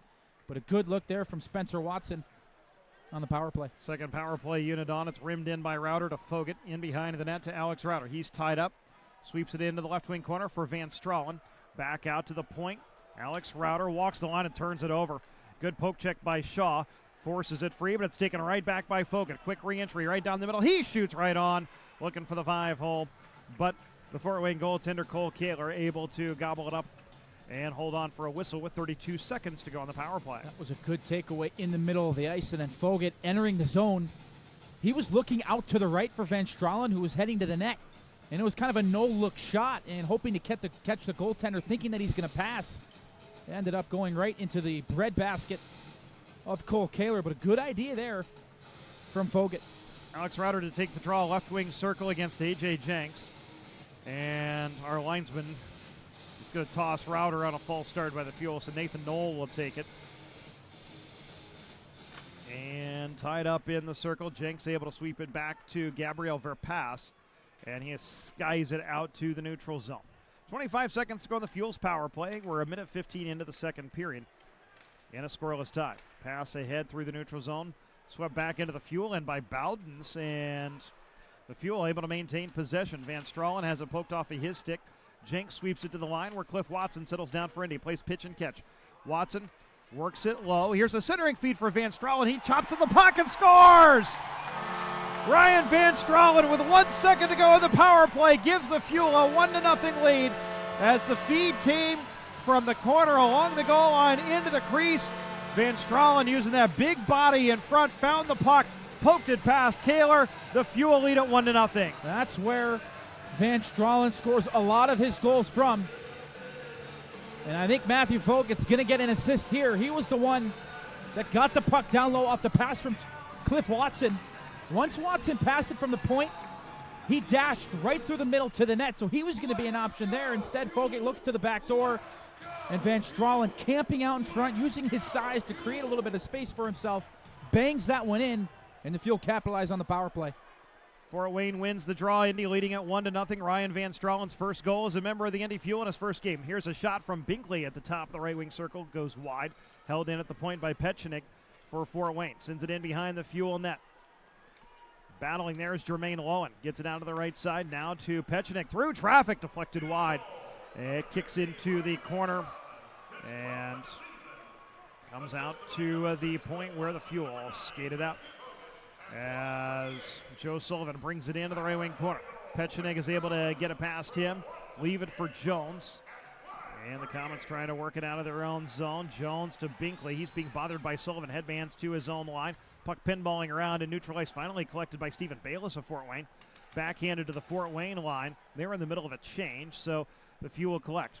Long stretch pass to the Fort Wayne line. Tipped into the zone. Here's Plouffe shooting. It's blocked by Haas into the far corner where Spencer Watson collects. He takes it into the slot. Loses the puck. Here's a breakaway opportunity. No. Łyszczarczyk looked like he may have had a breakaway from his own zone, but immediately the whistle blows, and we have a penalty on Fort Wayne. Instead of having to defend a breakaway, they're going to go on the power play as Brady Shaw is sent off for slashing. Alan Łyszczarczyk would have been in all alone, as you said, from his own blue line in, as he had a good stick on Spencer Watson, but not to be the case because of the slashing penalty on Shaw. And just to go back and touch on that power play goal, partner, all three debutees for the Fuel got a point on it. Van Straal on the goal from Fogut and Watson. So there's just something about coming and playing for the Fuel that in your debut, you're either going to get a goal and an assist. Still plenty of hockey left to play as well. Might as well get all three of them with points out of the way on one play, right? The goal is Van Straalen's 12th from Cliff Watson, who had a great keep at the point, and then Matthew Fogut, who fired the pass across the crease where Van Straalen could put it home. Brady Shaw sits for slashing. The Fuel 1 for 2 on the power play tonight. They're 6th in the league on the power play. Fort Wayne 23rd in the league on the kill. And the Komets win the initial draw. Send it all the way down. Indy works it right back into the Fort Wayne zone. Nathan Knoll behind the net. Tied up. Puck sprays over to the near boards to Cliff Watson. He goes low for Fogut. And behind the net to Van Straalen. He'll rim it around to Alex Rauter at the left point. He stops the puck. Surveys the box. Seam pass to Fogut. Right wing circle. Looking to center. And a tip just wide by Rauter. Van Straalen working behind the net. Verpass able to find the puck for the Komets. He sends it off the glass and all the way down. Komets going for a change. Indy get a couple new players on the ice as well. 1:10 to go on the power play. Fogut through the neutral zone is able to sidestep a check and send the puck in. Indy finishing a change, and so the Komets basically have a free out as Kyle Haas will skate it through center. Lob it into the Fuel zone. Teixeira waits for it. And here comes a forechecker as Teixeira is able to get the puck ahead to Bobby McIntyre. He'll turn on the Jets and bring it up. McIntyre across the logo, across the Fort Wayne line, takes it into the slot, drops for Spencer Watson. He fires right on, and a great glove save made by Cole Kehler. And he holds on to keep this a 1-0 game, but a good build-up. Bobby McIntyre using the speed and then dropping to Watson. He had a great look from in between the hash marks. Bobby McIntyre knifed right through the Fort Wayne defense from the neutral zone into the offensive zone. He beat one defenseman. He probably could have just taken it right to the net. I think he had a partial breakaway, but decided to defer and pass to Spencer Watson, and he got the shot away. Coughlin wins it cleanly back to McIntyre. He fires right on from the center point. And Kehler again with a glove save and holds on for a whistle. 15:47 to go, second period. 40 seconds to go in the Fuel's third power play of the night. Indy leading 1-0. Same power play unit. Face off on the other side. Coughlin to take the draw. And he's tossed out of the circle. And the Komets win the draw. Puck rimmed around to the near side and chopped toward the line and was held in by Plouffe. It's sent back in by Spencer Watson. Watson along the right wing half wall. He goes this way and that, takes it to the forehand, takes it to the dot. Centers for Plouffe. He fires a soft shot on goal. Keeler's able to make a pad save. The Komets find the rebound and send it all the way down. That's the second time in the last two power plays that Spencer Watson has found Darian Plouffe in the middle of the ice in the slot area for a little shot pass. See if that's something that the Fuel can keep trying to go to eventually to get a goal from it. McIntyre gains the Fort Wayne line, but the puck hopped up on edge just as he did. And Alan Łyszczarczyk takes it away and sends it all the way down. That'll do it for the rest of the power play. The Fuel 1 for 3. Now the man advantage. Here's a feed through the neutral ice. Finds Fogut. He drops it for Knoll. He shoots, blocker save made by the goaltender Kehler. Rauter holds it in. And behind the net to Fogut. Over to the left side to Knoll. He drops for the D. Here's a shot missing high and wide. And Rauter holding it in. Drops into the slot. Puck pinballing around. Finds Knoll. His shot is blocked by Doherty in front. Knoll still trying to get to it. Connor McDonald holds it in. And he tried to drop it across for Fogan. It's picked off by Brady Shaw, but a good stick by Fogan. Takes the puck away at the line. The Fuel keep it in. Knoll working on Doherty in the left wing corner. He goes down. Crowd wants a penalty. Knoll back up on his skates. Backhand feed out to the point. Here's Cliff Watson. Over to the left point to Router. Now to Nathan Knoll. He peels to the left point. Walks the line. Nathan Knoll to the top of the right wing circle. Still in possession.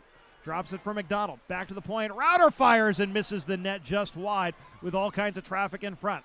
Cliff Watson out high. Knoll. He drops it to Connor McDonald. Over to the left point for Cliff Watson. Puck hops over his stick, but he gets it back. Watson plays pitch and catch. Centers for Fogan. A one-timer right on it. A great save made by Kehler. Sliding across. Got it with the stick side and is able to cover up for a whistle. Great pressure for the Fuel on this shift. And they got a great look from in front. But Cole Kehler, the Fort Wayne goaltender, keeps this a 1-0 game. 13:51 to go in the second period. The Fuel in the lead. You're listening to Indy Fuel Hockey. Are you tired of that unreliable office We'll printer? come out with that play. Is your desk covered in stacks of paper? Are you afraid of losing important business data? We can help. Braden Business Systems is the single source for all your company's office equipment, IT service, and document management needs. And we have you covered with a 97% customer satisfaction rating. The official office equipment supplier of the Indy Fuel, locally owned and operated since 1989. Visit BradenOnline.com today. The Hoosier Lottery is turning 30. To celebrate, we're telling the stories of Hoosiers across the state, as well as the different ways the lottery gives back to Indiana. Find out how at HoosierLottery30.com. And thank you for 30 wonderful years. Please play responsibly. Now back for more Indy Fuel Hockey. 13:51 to go in the second period. The Indy Fuel leading 1-0 on Ryan Van Stralen's power play goal over the Fort Wayne Komets. And Nick Olczyk, one thing that we saw was the Fuel got a subsequent power play, didn't score on it, but carried the momentum from that and had a tremendous shift leading into this last time out. And the momentum that they carried from that allowed them to stay in the offensive zone, and it did not allow those penalty killers to go and get a change, so they were even more tired because they were out there for over a minute. And a great setup from Cliff Watson, but a close chance in front for the Fuel. Jack Ramsey tries to fire. His shot's blocked. He gets back on the puck, sends it to Watson, left wing circle, swept away from him. And here come the Komets 2-on-2.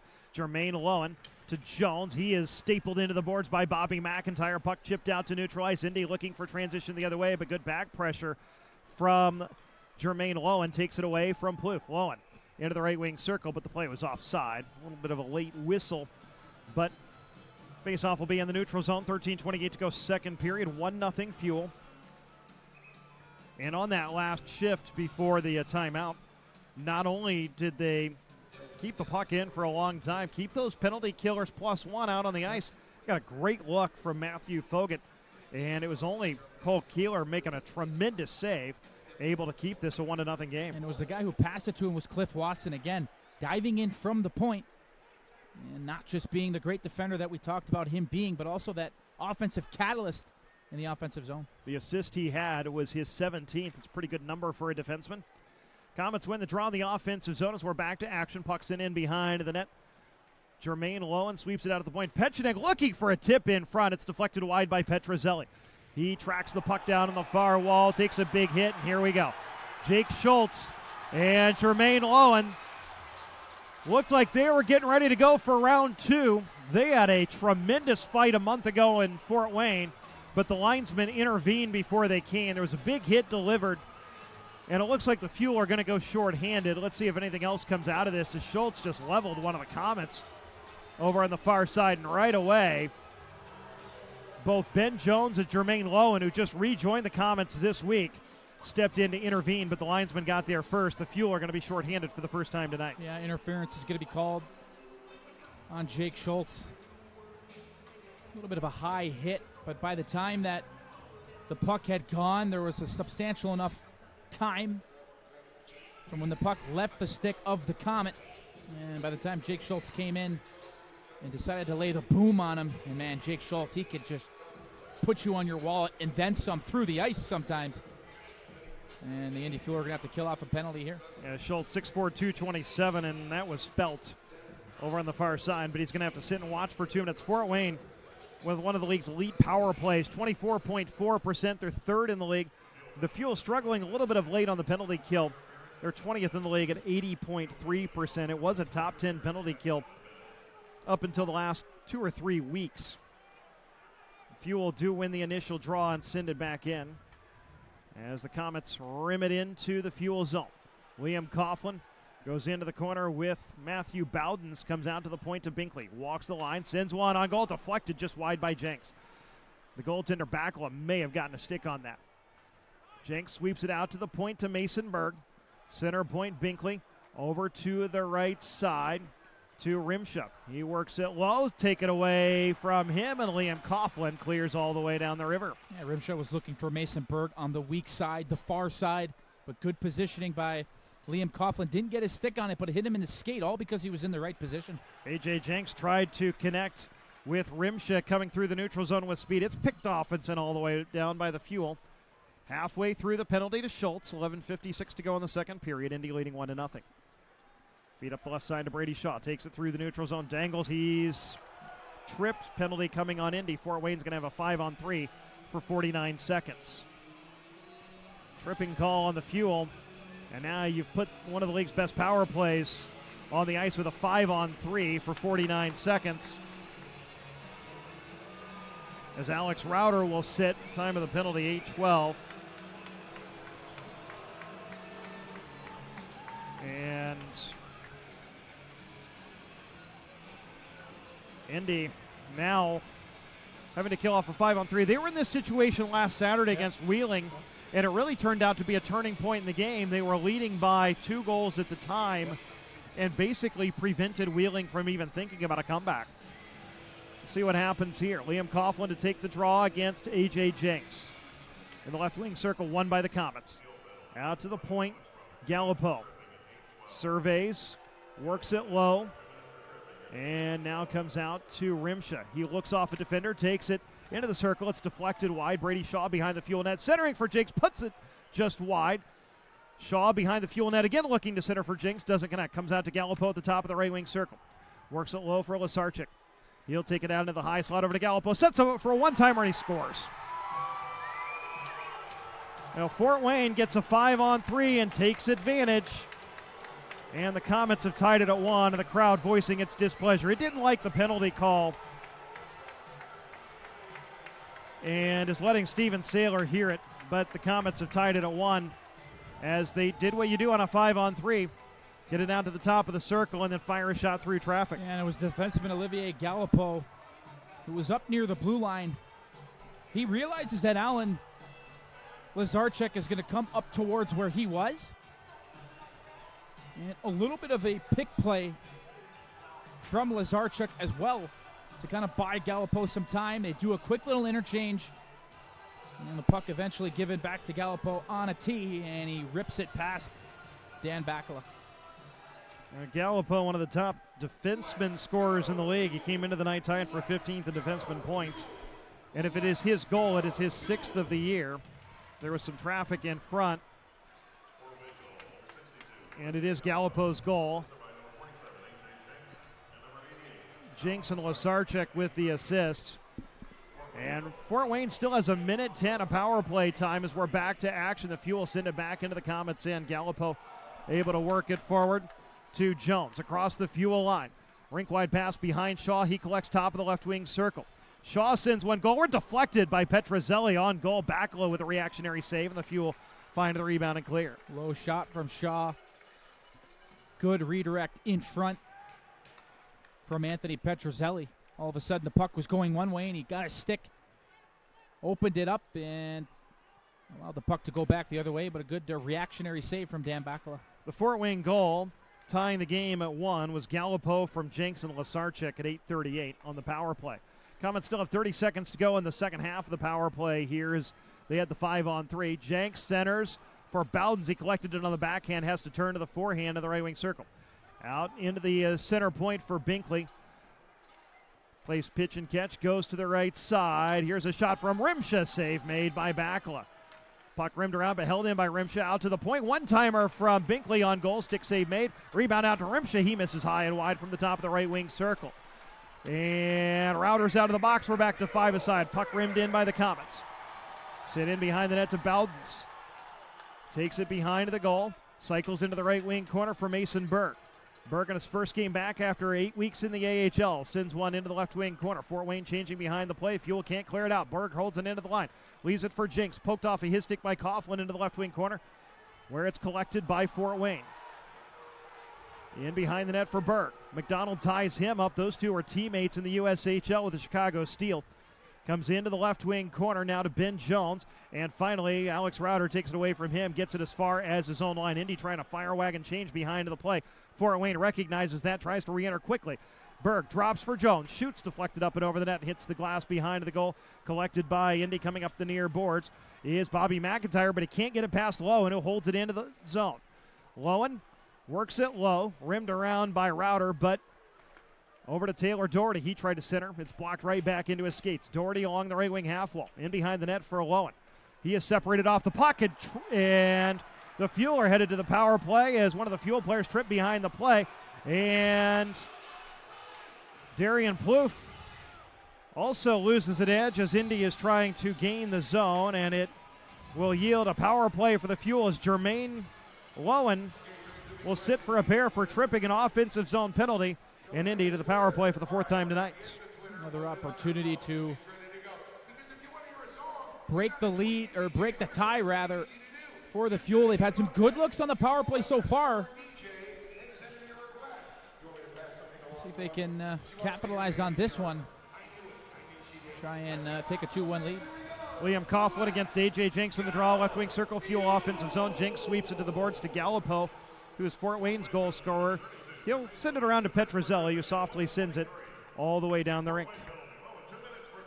Lowen for tripping at 11:23 is the penalty. The Fuel to the power play.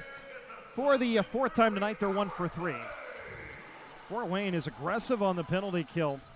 The Komets have 6 shorthanded goals on the year.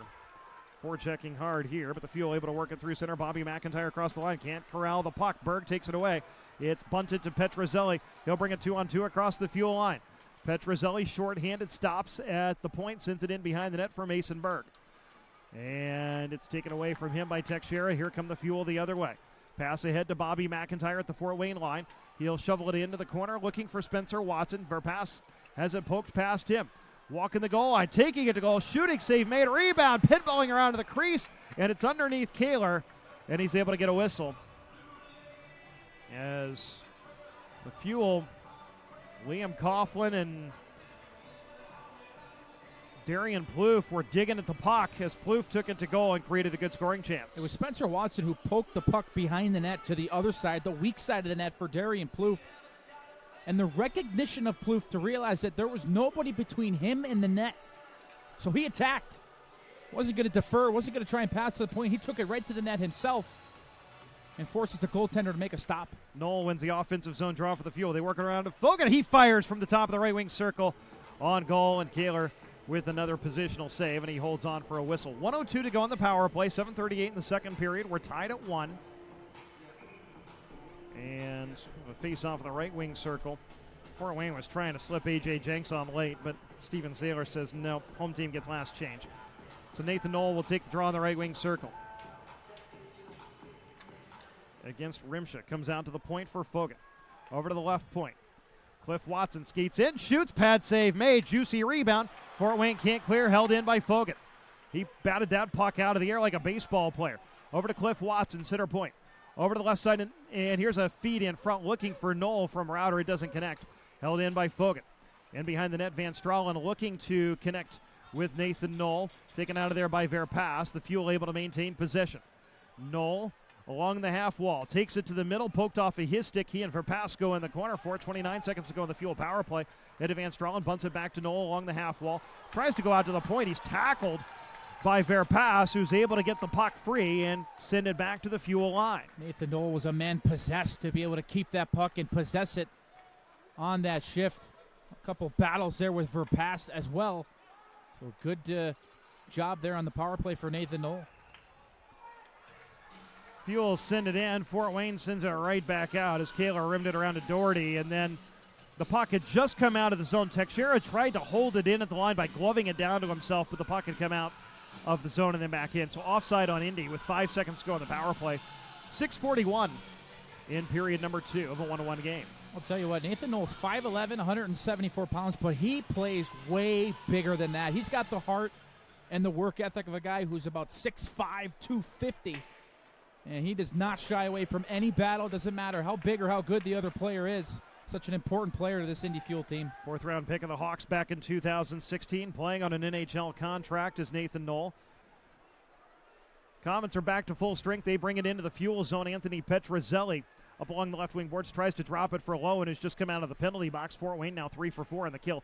The Fuel poke it free from him. Spencer Watson, rink wide pass looking for Bobby McIntyre. He gains the line up the left side. Waits for reinforcements. Rysick skates into the slot.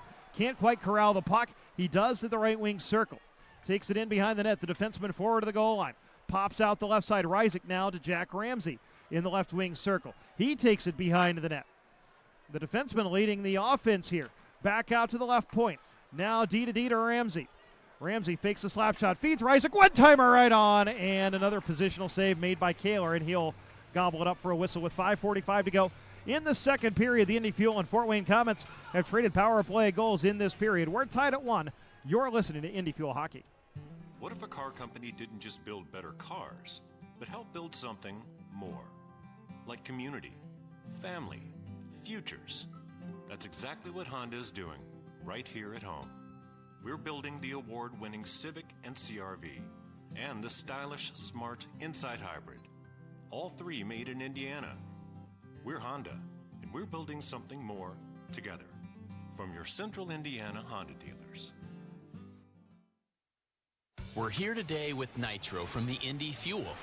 He wanted you to know Thursday is all-you-can-eat night at Indiana Farmers Coliseum. What do you mean, what is all-you-can-eat? You know it's limitless cheeseburgers, hot dogs, and popcorn. No, it doesn't cost extra. You know that. You're right. It is a good idea to get out early for all-you-can-eat night. Puck drops at 7:05 against the Kalamazoo Wings. I know tickets are at IndyFuelHockey.com. Now back for more Indy Fuel hockey action. 5:45 to go in the second period. The Indy Fuel and Fort Wayne Komets tied at 1, along with Nick Olchek. I'm Andrew Smith, and the Fuel's last chance, fueled by the defenseman Jake Rysick and Jack Ramsey, both diving below the goal line. And if your forwards cover, you can do that, and they created a decent chance. Those guys are quite the tandem. The former forward, of course, in Jack Ramsey, and that's the second or third time they've both connected on a few passes in the offensive zone. Who needs forwards when your defenseman can do that? Fuel get a shot from Alex Rauter right off the draw. It goes high, then McArdle puts it on goal from the top of the right wing circle off the carom. And it's gobbled up again by Kehler, who has made 12 saves on the 13 shots he's faced this period. The Fuel out shooting Fort Wayne 13-6 this period, 24-17 for the game. Score is 1-1. Coughlin to take the draw. He's got Sullivan in the shooter's hole behind him. Face over the right wing circle. And it's won by the Komets. Galipeau behind his own net, being flushed out by Liam Coughlin. Takes it up the far side. Coughlin ties him up. And that's going to draw a penalty because Joe Sullivan was able to hold the puck in at the line, and he was tripped up. So the Fuel headed to the power play for the 5th time tonight. A lot of credit to Joe Sullivan, but as much, if not more, credit for Liam Coughlin forcing that play up wide. And all Joe Sullivan had to do was just stand there and await the turnover. He jumped on it and was tripped up on the play. So the Fuel are going to go back to yet another power play in a tied game. We'll see if the man advantage can allow them to break ahead with a 1-1 score. Olivier Galipeau will sit for tripping time of the penalty. 14:30, so the Fuel to the power play for the 5th time tonight. They're 1 for 4. Nathan Knoll, this is the group that scored, wins the draw. Out to Fogan. Back to Cliff Watson. Now low to Van Stralen. Back to Fogan. Top of the right wing circle. Takes it into the circle. Works the low play to Van Stralen. Takes it to the backhand of on the doorstep, but the goaltender able to get to it. Puck goes over the net. Alex Rauter going low to Nathan Knoll. He'll take it behind the net. Pops out into the right wing corner. Being bothered there and tries to shove it up to the point to Fogan. He does. Now to Van Stralen, into the slot. Low, Knoll over to the far side. Rauter misses the net. He had open side.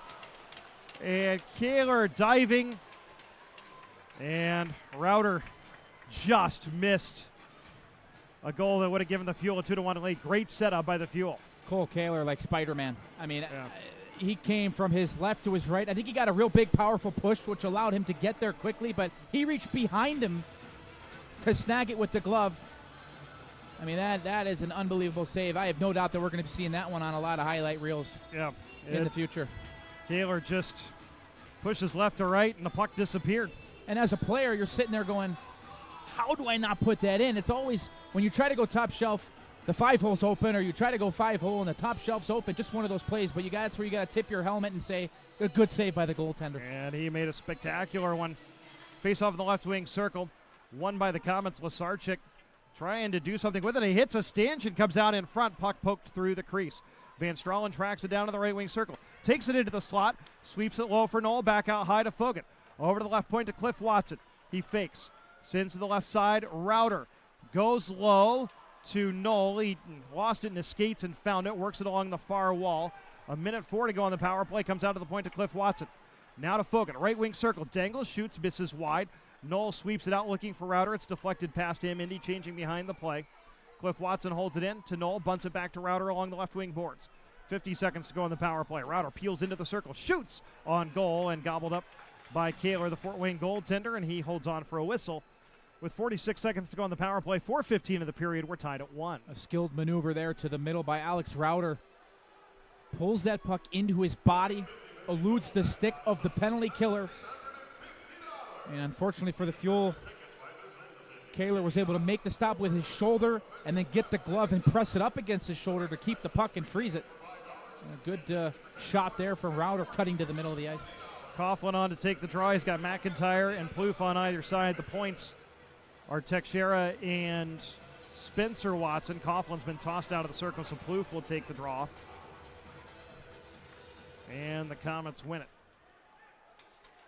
In behind his own net, bringing out the far side, Spencer Watson, and Coughlin trying to knock it free from Haas. Four-man battle ensues along the wall. It's dug out by Shaw, but he can't get it past Teixeira, who holds it in. Watson sends it to Plouffe, who gets it back out to the point to Keone Teixeira. Back to Spencer Watson, top of the right wing circle, skates and shoots. Blocker save made by Kehler, and he blocks it up and out of play. 23 seconds to go in the power play, 3:52 in the period. The Fuel and Komets tied at 1. Got the setup you want to Spencer Watson, who is leading the ECHL with 8 power play goals, and a lot of them coming from that exact spot on the right circle. Yeah, and he's able to generate some speed. He'll get the pass, and then his first 2 or 3 steps will be right towards the middle of the ice. And he's got a lot of different options for Plouffe in the slot. Back to the point for Teixeira, or shoot it like he did there, trying to go short side high, but again, Kehler with a good save. And the puck tied up in the circle. It pinballs to Gabriel Verpass, and he's able to clear all the way down. Bakula will leave for Keone Teixeira, who will start the rush. And the clock isn't moving. And it's still not moving.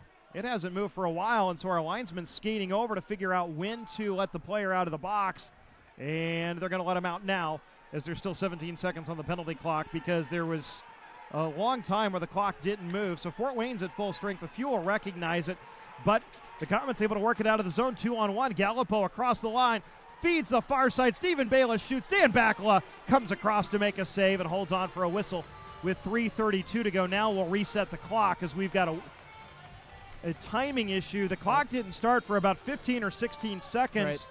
Right. And this is why in the penalty box, there's always an off-ice official with a stopwatch who is keeping the backup time just in case you have an issue with the main clock. And there they were able to work it out. The Bruce Flanagan, the off-ice official, let him out of the box when he was supposed to. And a little bit of confusion, but I think everything settled down. We're back to 5 aside. Now they'll reset the clock. And that is why you have those systems and safety nets in place for if and when something does go wrong, like a clock malfunction. So that way you're able to make sure that you're being accurate with the timing. And saw just about everybody here in the Indiana Farmers Coliseum stand up because they didn't really realize what was going on either. As the confusion starts to set in, as the penalty is still coming off the clock, and all of a sudden Fort Wayne are back to 5 skaters. But with 3:13 to go now with the clock correction, the Fuel will have a defensive zone faceoff. 1-1 your score. Jones to take the draw for the Komets. And it'll be Fogut for the Fuel. Wins it back to McArdle. Goes D to Teixeira. Was knocked free from him by Stephen Bayless. McArdle able to get it back, working along the near wall to Nathan Knoll. He'll sky one to the Fort Wayne line. Binkley's able to sweep it past a forechecker out to center. Coming across the Fuel line is Stephen Bayless. Sends it into the left wing corner, absorbs a check. Puck comes in behind the Fuel net. Teixeira is able to poke it past the first Fort Wayne forechecker, and the Fuel clear the zone. Nathan Knoll across the Comet line up the left side. Takes it in behind the net, shovels one through the slot, but the only guys there wearing orange sweaters. And Jermaine Lowen clears it back out to center. Jones will lob it into the Fuel zone. He goes for a change, and we got people tied up in front of the bench, and whistles here with 2:34 to go. Going to be a face-off at center. So we had all kinds of guys tied up around the bench. So our second intermission will bring you the ECHL Plays of the Week. And so make sure you stay tuned for that. Coming up after 2 minutes and 34 seconds of playing time of this second period. It's Liam Coughlin in between Van Stralen and Sullivan. And Mason Berg taking the draw for Fort Wayne. The Fuel will win it. Sullivan chips it into the Fort Wayne zone. Comes to the Komets D. Galipeau, who has their goal, leaves it for Berg in his own corner. Headman's to Łyszczarczyk. He can't get it out. His tip intercepted by Sullivan. He wraps it right back in behind the net. Liam Coughlin tied up by Haas in the left wing corner. Coughlin still on the puck. Cycles it to Van Stralen. He can't control it, but the Komets work it out to the Fuel line. Held in by Ramsey. It's up on edge. He'll send it in behind the net. Van Stralen backhand pass through the slot. Picked off there by Łyszczarczyk. The Komets working it 3-on-2 the other way across the Fuel line. Feed ahead to Brady Shaw. Waits for reinforcements. They don't come. He's taken down, and Indy gets the puck and just chips it back out to the Fort Wayne line. Final 2 minutes of the second period of a 1-1 game. Haas goes D to D. Pass through the neutral zone looking for Mason Berg. Berg sends it forward, but it's poked off of his stick by Ramsey, and the Fuel work it through center. Across the line, Darian Plouffe stops at the point. Rink-wide pass looking for Spencer Watson coming up the left side. Was broken up, but McDonald holds it in. In behind the net, Bobby McIntyre. Goes over his stick, but Plouffe chops it back to McIntyre behind the Fort Wayne net. Out in front from Plouffe. Stick handles, puts one on goal. And Kehler with a positional save. And the puck tumbles into his paraphernalia for a whistle. And now we have pushing and shoving after the play. As Fuel players seeing the puck, dug for it, and the Komets took a little bit of exception to that. Yeah, and as a forward, you're taught, don't stop until you hear the whistle. And if you do not hear the whistle, keep jabbing, keep trying to push that puck past the goaltender. And that whole play came off of a solid forecheck from the Fuel. They sealed both sides of the ice, which allowed them then to collapse down on the Fort Wayne defenseman who was trying to make a play on it, and eventually ended up getting that puck to the net. And Spencer Watson going where you got to go to score goals. That's the front of the net. Fogut wins the offensive zone draw back to Cliff Watson for the Fuel. Centers, but the only guy there is protecting the house. That was Gabriel Verpass of Fort Wayne. He skies it back into the Fuel zone where Alex Rauter's on it. His pass knocked down, picked off by the Komets. And Rimsha tries to shoot. It's blocked back out to the point. Doherty shoots on goal. Backela with a stick save. Komets corral the rebound. Swept away by the Fuel. Ramsey trying to find it. It's kicked out to neutral ice by Connor McDonald, and he is tied up by Verpass as he sends it into the zone. Rauter in behind the net. Ramsey tried to send it further along, but Rimsha takes it away and will send one rink wide all the way out to center. 44 seconds to go in the period. Rauter will send it in, and Kehler, the goaltender, rims it around. Coughlin bunts it low for Jack Ramsey. Ramsey in behind the net. Out to the point. McArdle sends one goalward. It's deflected wide. Van Stralen with it behind the Fort Wayne goal.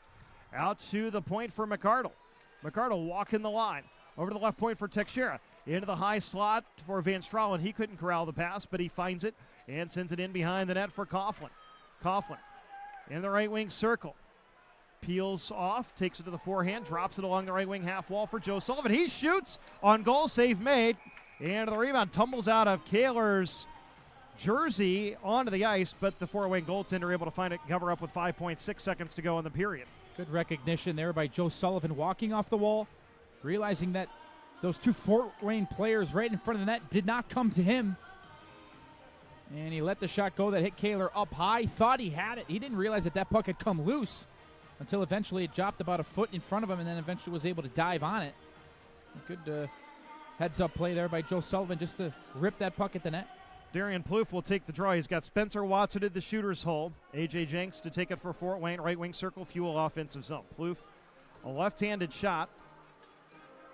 5.6 seconds to go in the period, and Jenks wins it back to Binkley, who will just eat the puck along the boards and allow the horn to sound. Each team with a power play goal in the second period. Ryan Van Stralen for the Fuel, 138 in, and then Olivier Galipeau for Fort Wayne on a 5-on-3 at 8:38. Leaves us tied at 1 through 2 periods. Shots on goal in the second period. Fort Wayne with 8 for a total of 19. Indy with 17 for a total of 28. The Fuel now 1 for 5 on the power play. The Komets 1 for 2. As we're through 2 periods at the Indiana Farmers Coliseum, and Ryan Van Stralen, the goal scorer, is ringside with Scott Allen. We'll send it to him momentarily. As we're tied at 1 through 2 periods at the Indiana Farmers Coliseum. This is the 4th of 11 meetings between these two teams. Here's Scott Allen. Down here with us. Boy, you made a mark quick, scoring that goal. Walk us through that real fast. Yeah, it's unfortunate bounce there, good pass across the piece, and like I said, unfortunate bounce, but I got to believe it's a testament to just how hard you and Watson work to keep yourselves in good shape, where you're able to roll right in, jump in on a line, pick up like you've been here all season. Yeah, the boys have been great so far. We've been here 24 hours. A bit of a whirlwind for a bit, but they took us in right away. It's been an easy transition. Keep up the good work. We like what we see so far. Fuel fans, make some noise for Ryan Van Stralen. It's Ryan Van Stralen with Scott Allen ringside. In our second intermission, the Indy Fuel and Fort Wayne Komets tied at 1. Ryan has the Fuel's goal. Olivier Galipeau has Fort Wayne's. Our second intermission show commences momentarily. Nick and I will recap the period. We'll look at what else is going on in the hockey world, especially in the ECHL, with a close look at those Central Division scores, and we'll bring you the ECHL Plays of the Week. That's all coming up right after this. You're listening to Indy Fuel Hockey. The Hoosier Lottery is turning 30. To celebrate, we're telling the stories of Hoosiers across the state, as well as the different ways the lottery gives back to Indiana. Find out how at HoosierLottery30.com. And thank you for 30 wonderful years. Please play responsibly. Tomorrow night at Indiana Farmers Coliseum is going to be a magical night. The Atlanta Gladiators are in at 6:05 for Wizard Night. So make sure you have your broomsticks at your side and your wands in your hand for this awesome game between the Indy Fuel and the Atlanta Gladiators at 6:05. You can get your tickets right now, on your phone even, at IndyFuelHockey.com. We'll see you at Indiana Farmers Coliseum tomorrow night at 6:05 for Indy Fuel Hockey, the hottest thing on ice. Now back for more Indy Fuel Hockey. Second intermission at the Indiana Farmers Coliseum, along with Nick Olchek. I'm Andrew Smith. The Indy Fuel and Fort Wayne Komets tied at 1. The scoring summary: Ryan Van Stralen, his first goal as a member of the Fuel, his 12th of the season, assisted by Cliff Watson and Matthew Fogut at 138. All 3 players acquired in trades by the Fuel this week connect on tonight's first goal. A power play goal at 138, making it a 1-0 game. Fort Wayne then capitalized on a 5-on-3 at 8:38 of the period.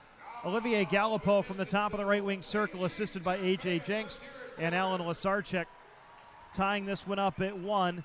The Fuel had 2 more power plays after that and unable to convert on them. The Fuel 1 for 5 on the power play tonight. Fort Wayne 1 for 2. Both goals being power play goals. Shots were 17-8 in favor of the Fuel in the period and are 28-19 for the game. And we're tied at 1. Got a big 20 minutes coming up with essentially a 4-point swing in the standings hanging in the balance. But a lot you like from the Fuel in this game, Nick. Shooting. They're getting a lot of shots towards the net.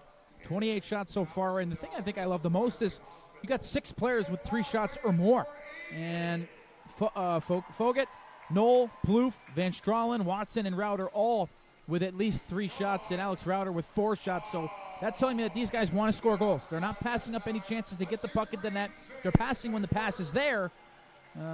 but also if the shot's there, they're going to take it too. So I'm really loving the shoot first, ask questions later mentality for the Fuel.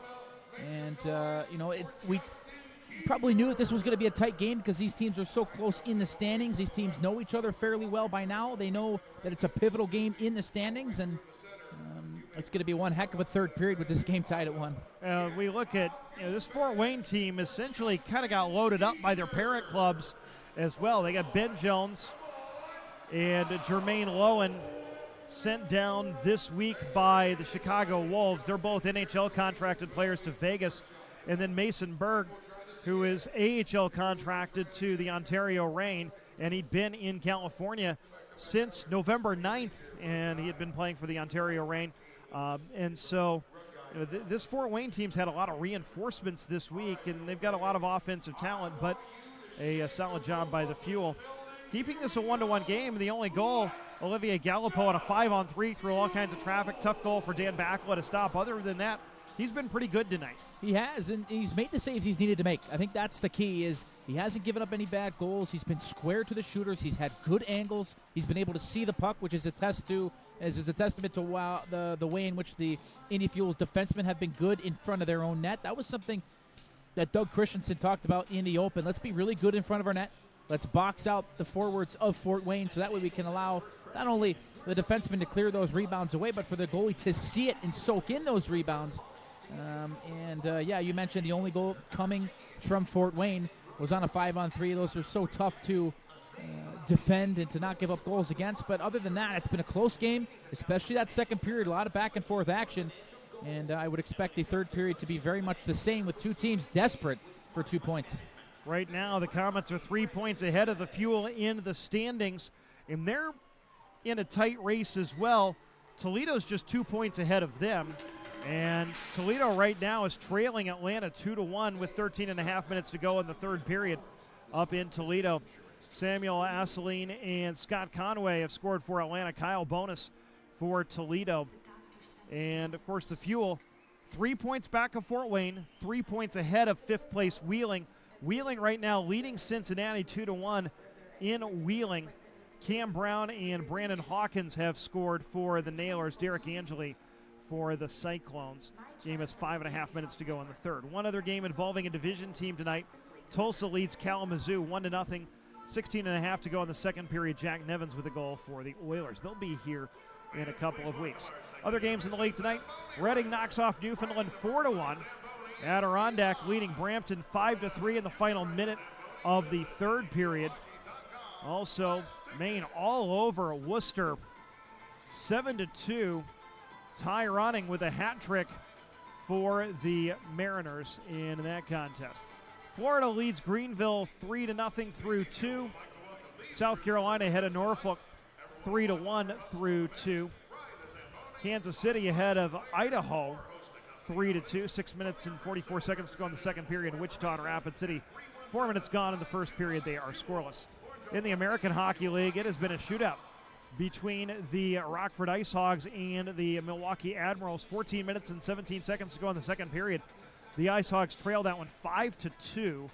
Dylan Secura and Mackenzie Entwistle have scored for the Ice Hogs in that contest. Colin Delia is in net for Rockford. So that's a look around the hockey world. Of course, the NHL All-Star Skills Competition going on tonight in St. Louis. The All-Star Game tomorrow. So that's the way things look around the hockey world. We're going to take a break. We're going to take a break for the ECHL Plays of the Week here in our second intermission feature. When we come back, Nick and I will set up the third period. We're tied at 1 in the second intermission. You're listening to Indy Fuel Hockey. Hello, ECHL fans. Jordan Coons here, the voice of the Greenville Swamp Rabbits, checking in. Hope everyone enjoyed the ECHL All-Star Classic in Wichita and had a chance to recharge the batteries. Now it's time to get back to hockey, and the critical second half of the season beckons. Let's take a look back at the best plays of the past week. The Idaho Steelheads played their only home weekend of January in the middle of another long road stretch, and on Friday night, they gave the sellout crowd a thrilling ending. After going into overtime for the 13th time this season, the Steelheads found the magic that they needed thanks to two of their more potent goal scorers. Big snap from Kukowski, comes running 2-on-2 left side. He has Sapinski to his right. Across the line, dropped it off. Sapinski, drag, shoot! He scores!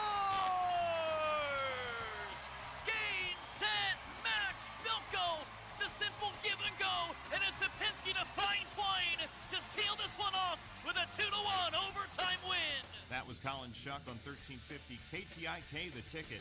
Since returning to the lineup, Brett Sapinski has posted points in 3 of his last 5 games and owns the team's second-best point-per-game ratio during his rookie year. The Steelheads close a stretch of 13 of 18 games on the road this weekend during a 3-3 through the Midwest, and so far the Steelheads are 9-5-1. In a deadlock contest between the Oilers and the Steelheads at CenturyLink Arena, rookie defenseman Charlie Granith sprung Danny Moynihan and Jacob Benson on a 2-on-1. The rest of the moment belongs to the newcomer to the Tulsa lineup. Brandon tries to spring Danny Moynihan, a 2-on-1 on Keegan Kanzik. Jacob Benson the back door. Benson scores! 5:56 remaining in the game, and the Oilers take a 2-1 lead. Jacob Benson's 3rd goal of the week. Zach Reynolds on the call on the Sports Animal Radio Network. The former Dubuque Fighting Saint helped give Tulsa 5 out of a possible 6 points in Idaho. The Florida Everblades wrapped up a season-high 5-game road trip with their final non-conference road tilts of the year last week. Florida earned a 6-3 win in Kalamazoo on Wednesday and a 4-2 triumph in Indianapolis on Thursday before returning to Kalamazoo for a Saturday night affair. Deja vu struck on Saturday as the Blades hung 3 goals on the K-Wings in the first period for the second time that week. Hunter Garland completed the scoring in the first with this 2-0 tally, his 2nd strike of the week. Slotted game pushed away by Florida. Penenza hells up, gets the pass off to Coper. 2-0. Coper across the line, waits to Garland. He scores! 3-0 Everblades. It's Coper to Garland, and the Blades have hung another 3 spot on Kalamazoo in the opening period. That was the voice of Dan Corcoran on WJBX News, Talk, and More. Florida went on to top the K-Wings 4-1 and has 9 victories in its last 12 games coming out of the All-Star break. Orlando opened last week with a pair of games in Duluth against the Gladiators. On Wednesday, the Solar Bears scored a season-high 4 first-period goals to Chase goaltender Chris Nell on their way to a 7-3 win over Atlanta. Defenseman Kevin Lohan provided the death knell for the Glad's starting netminder. Holds it up the far side. Conway centers for Nesbitt. Chopped by May, and here comes Olsen up the left wing. Finds Abindonato, goes airborne. Puck in the crease, batted away. Back to the line. Lohan shoots. Score! Kevin Lohan with a bullet makes it 4-0 Solar Bears. Credit to Nell for making the initial stop, but the Solar Bears were able to recover, and Kevin Lohan drives home his 1st of the season.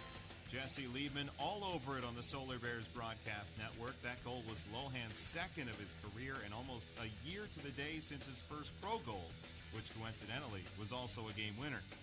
The Greenville Swamp Rabbits celebrated DC Comics Night in front of a raucous crowd in Greenville. While wearing Superman sweaters, why wouldn't a breakout performance from someone who emerged from the game nicknamed Soperman be the hero? Stops up at the right point. Looks over his options. Back across ice. Head to the net. They score! Jimmy Soper deflects this one between the pads of Michael McNiven. And the Swamp Rabbits have doubled the lead. It's 2-0. That was yours truly on the Swamp Rabbits broadcast network. Jimmy Soper posted 2 goals in a 4-2 win over the Norfolk Admirals and continued Greenville's recent winning ways out of the All-Star break. The Gladiators took on the Orlando Solar Bears twice in 3 days last week at home. After losing big in the first game, the Glads played a thriller on Friday against Orlando. After Samuel Asselin's goal gave Atlanta the lead back at 4-3, Orlando tied it at 4-4, and the game went into overtime. Cue Asselin again. Now Asselin again with a wrister. He scores! And the Glads win in overtime. 3-0. Just a minute and 8 seconds into the overtime. The Glads come away with a 5-4 win. That was Ira Liebman on the Gladiators Radio Network. Atlanta continues to find themselves in the thick of the South Division race in the second half of the season. Saturday night, the Indy Fuel hosted the Wheeling Nailers in a critical Central Division matchup with the teams entering the night 1 point apart in the standings. Midway through the first period, Fuel rookie Liam Coughlin started the scoring with a spectacular goal as he stick-handled through a defenseman and beat Nailers netminder Alex Dorio. But a good stick by Reisig, turns it over to Doherty, across the line to Coughlin. Coughlin stick handles through a D, takes to the forehead, he shoots and scores! What a move by Liam Coughlin! The Fuel lead at 1-0 as he went right through the wickets of a defenseman, found himself all alone in front of Dorio, got him down and roofed it over the Nailers goaltender. Indy leads it 1-0. That's Andrew Smith on IndyFuelHockey.com. Coughlin's goal kicked off a 4-1 Fuel victory. Defenseman Garrett Cockrell has picked up some offensive slack lately and produced the eventual game winner Friday against Adirondack. Circle. Royals have some time and space for Cockerell with a blast. He scores! Garrett Cockerell! It's insurance, and it's at 3:25 in the third. Royals 3, Thunder 1. A one-timer from Garrett. Cockerell was somewhat of a lucky find for the Royals. He's on an ECHL deal, but last postseason he was playing top 4 minutes with the AHL's Cleveland Monsters during their run to the Calder Cup playoff second round. David Fine with the call on the Royals Broadcast Network. We save our best for last. The Kalamazoo Wings and the Wheeling Nailers went toe-to-toe in a thriller on Friday night at Wings Event Center. The second period sequence started with Jake Hildebrand's breakaway save and ended with Justin Kovacs' third goal of the week. That led to the K-Wings' first victory of 2020. A long pass ahead, breakaway for not in on goal. Backhander, Hildebrand the save, poke check, rebound, another save. Oh my! Hildebrand robs the second chance from Almeida. Now Kalamazoo the other way, a shot, they score! K-Wings are back in front, and it's Justin Kovacs. Hildebrand stands on his head at one end. Kovacs capitalizes at the other. Kalamazoo went on to win 5-4 and have taken 5 of 6 meetings with the Nailers this year. That was John Peterson on AM 1660 The Fan in Kalamazoo. And that will do it for the ECHL Plays of the Week. Now the real fun begins. Catch up with everything ECHL by following them on social media and catch all the latest action on the broadcast home of the Premier AA Hockey League, ECHL.tv. Jordan Coons signing off. We'll talk to you next time.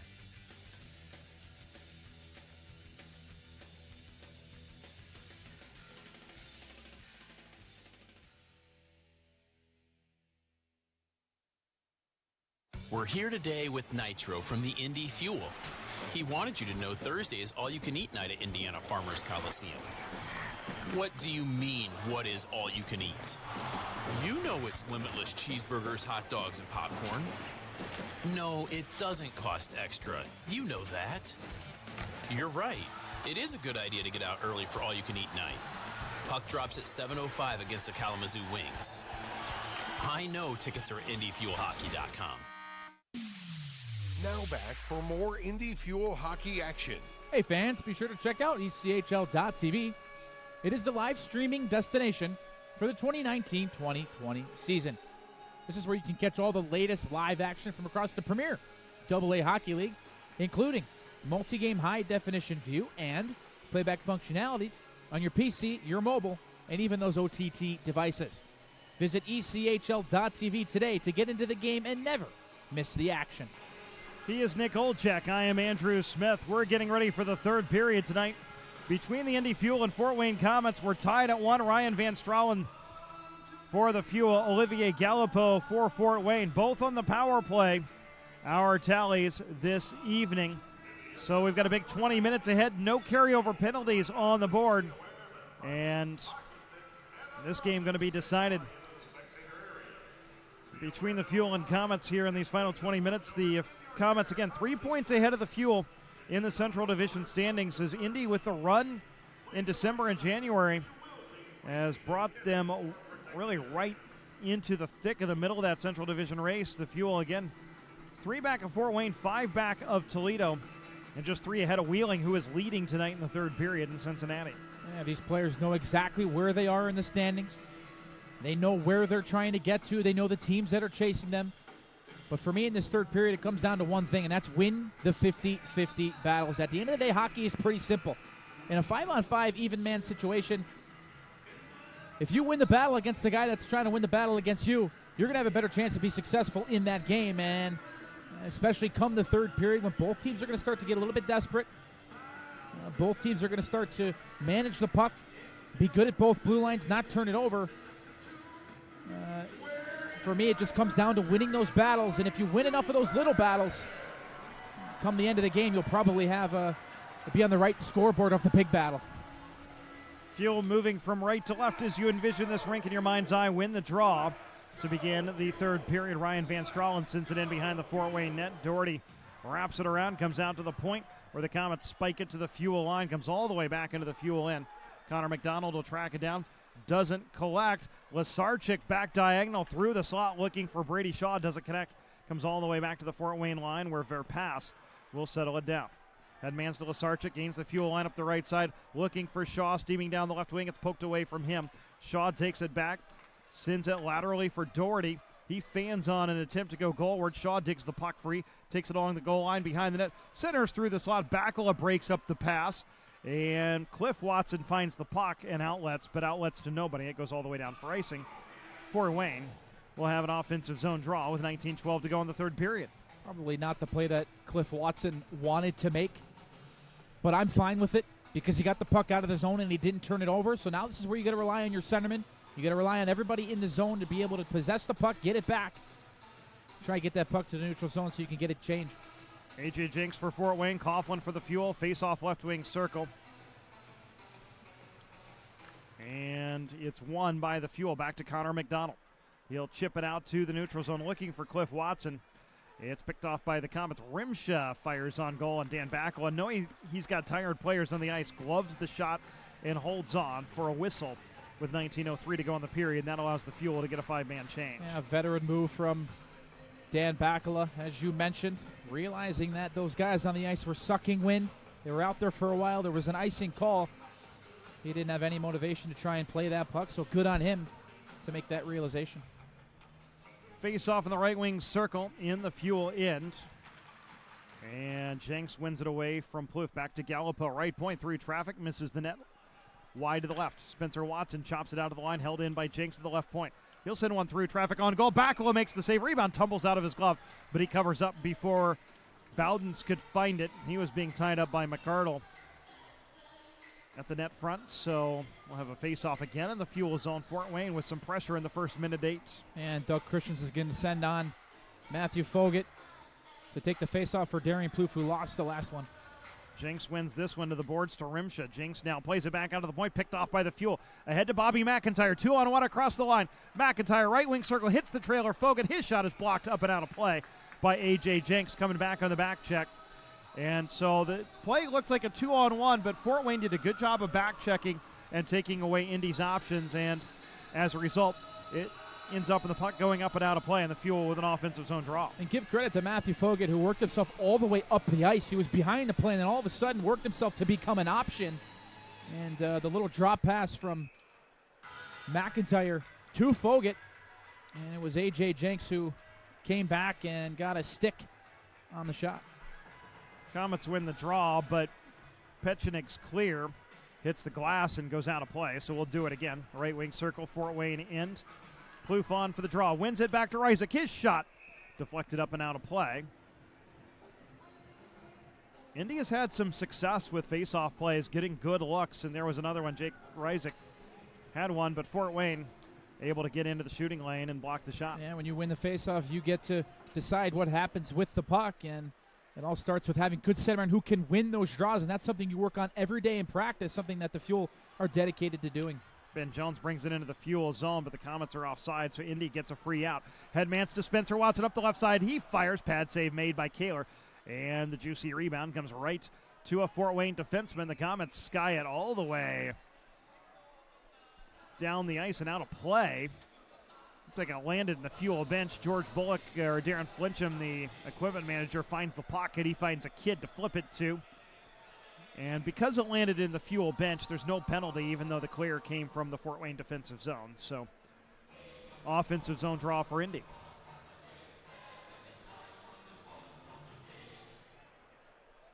Nathan Knoll to take the draw against Berg in the left wing circle.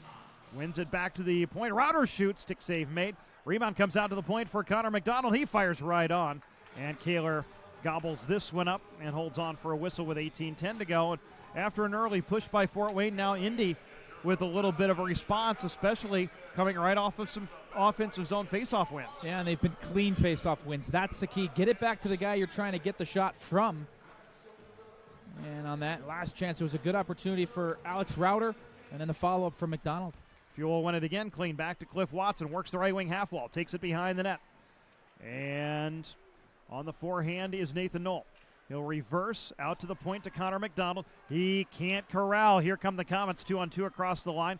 Good job by McDonald of getting back, breaking up the rush by Shaw, but he's able to gain the line. Hits the back diagonal to the trailer for a pass. He fires, stick save made by Bakala. Rebound hops up behind the net where it's rimmed around to Matthew Fogut for Indy.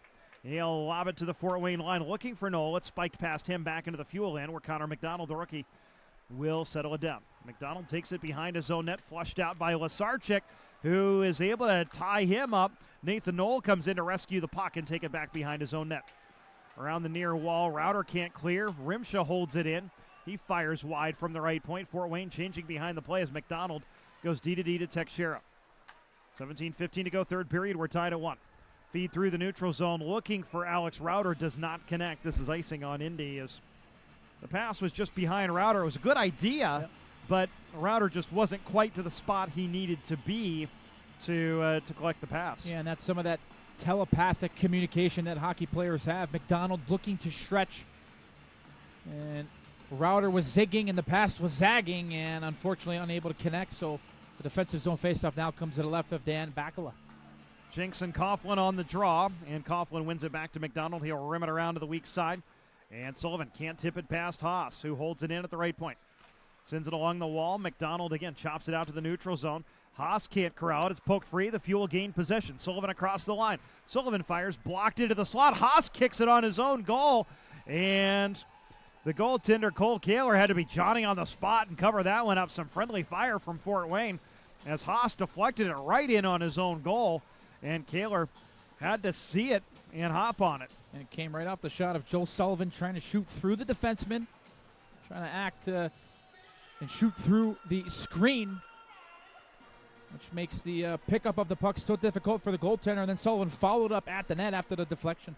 Coughlin loses an edge trying to kick the puck. The Fuel get it on goal, and Kehler makes a save. Sullivan digging for the rebound, but it's taken back by the Komets. Skied back to the Fuel line.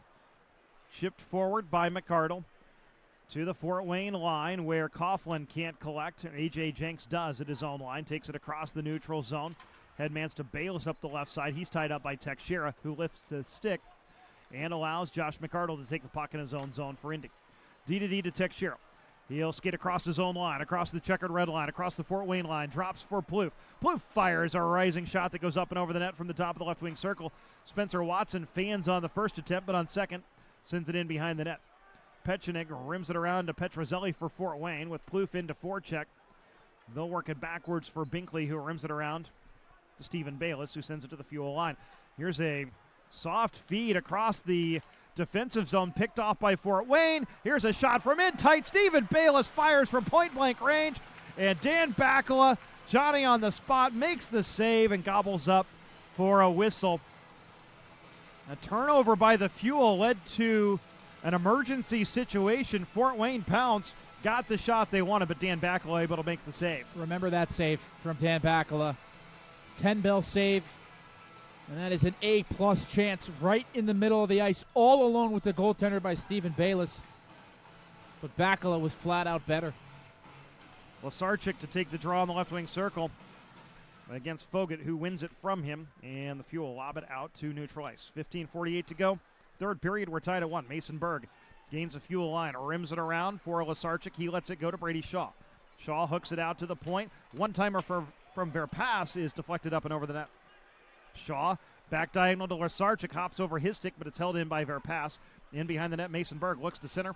It's knocked right back into the end wall by Fogut. Łyszczarczyk comes in to try to dig it free, but Matthew Fogut gets the puck.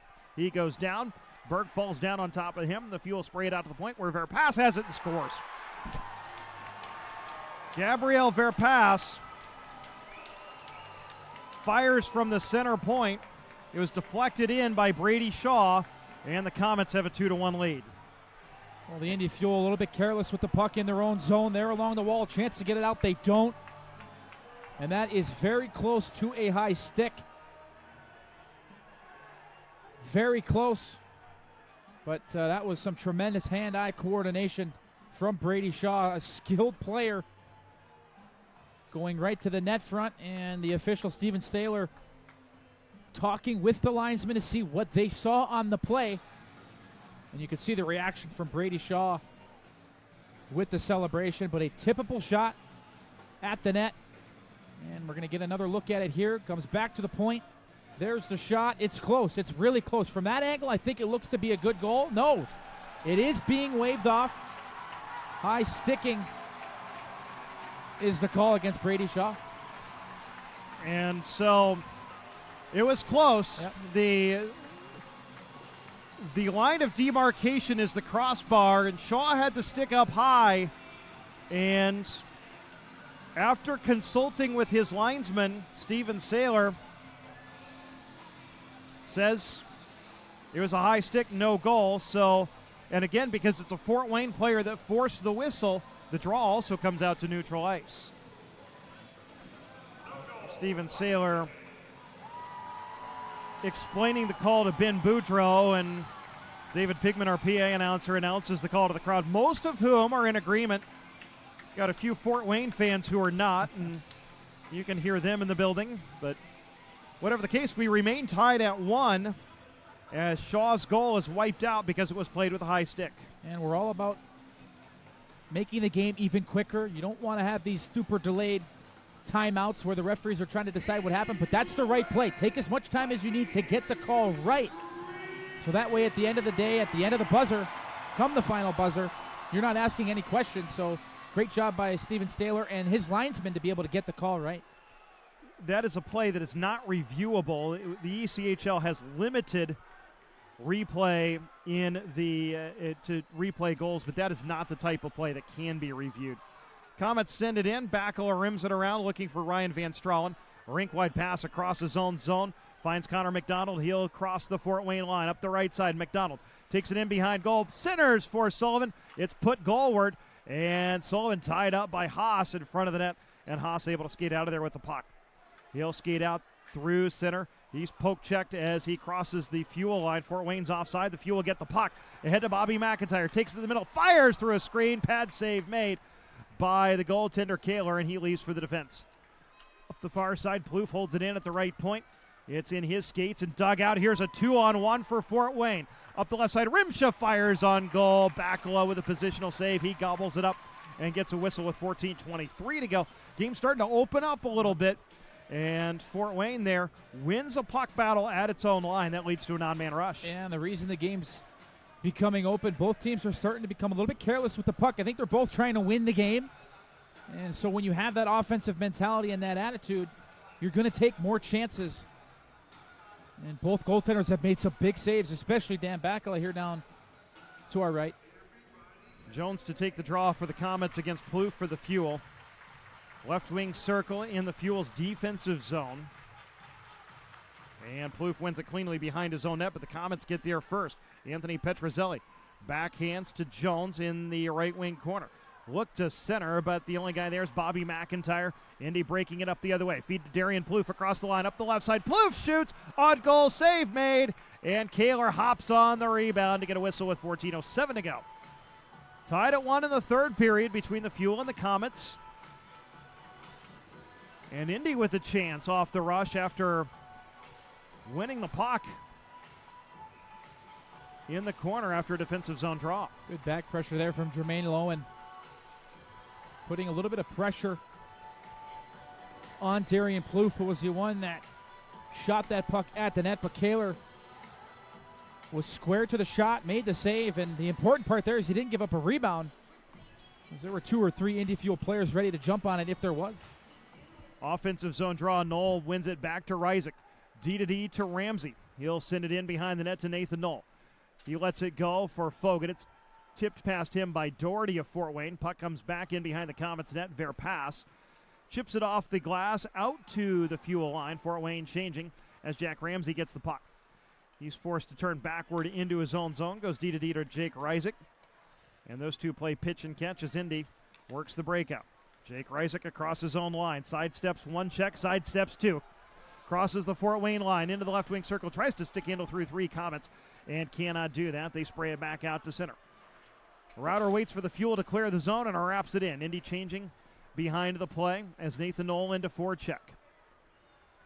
Gabriel Verpass with the puck. Goes D to Doherty. And those two work it up.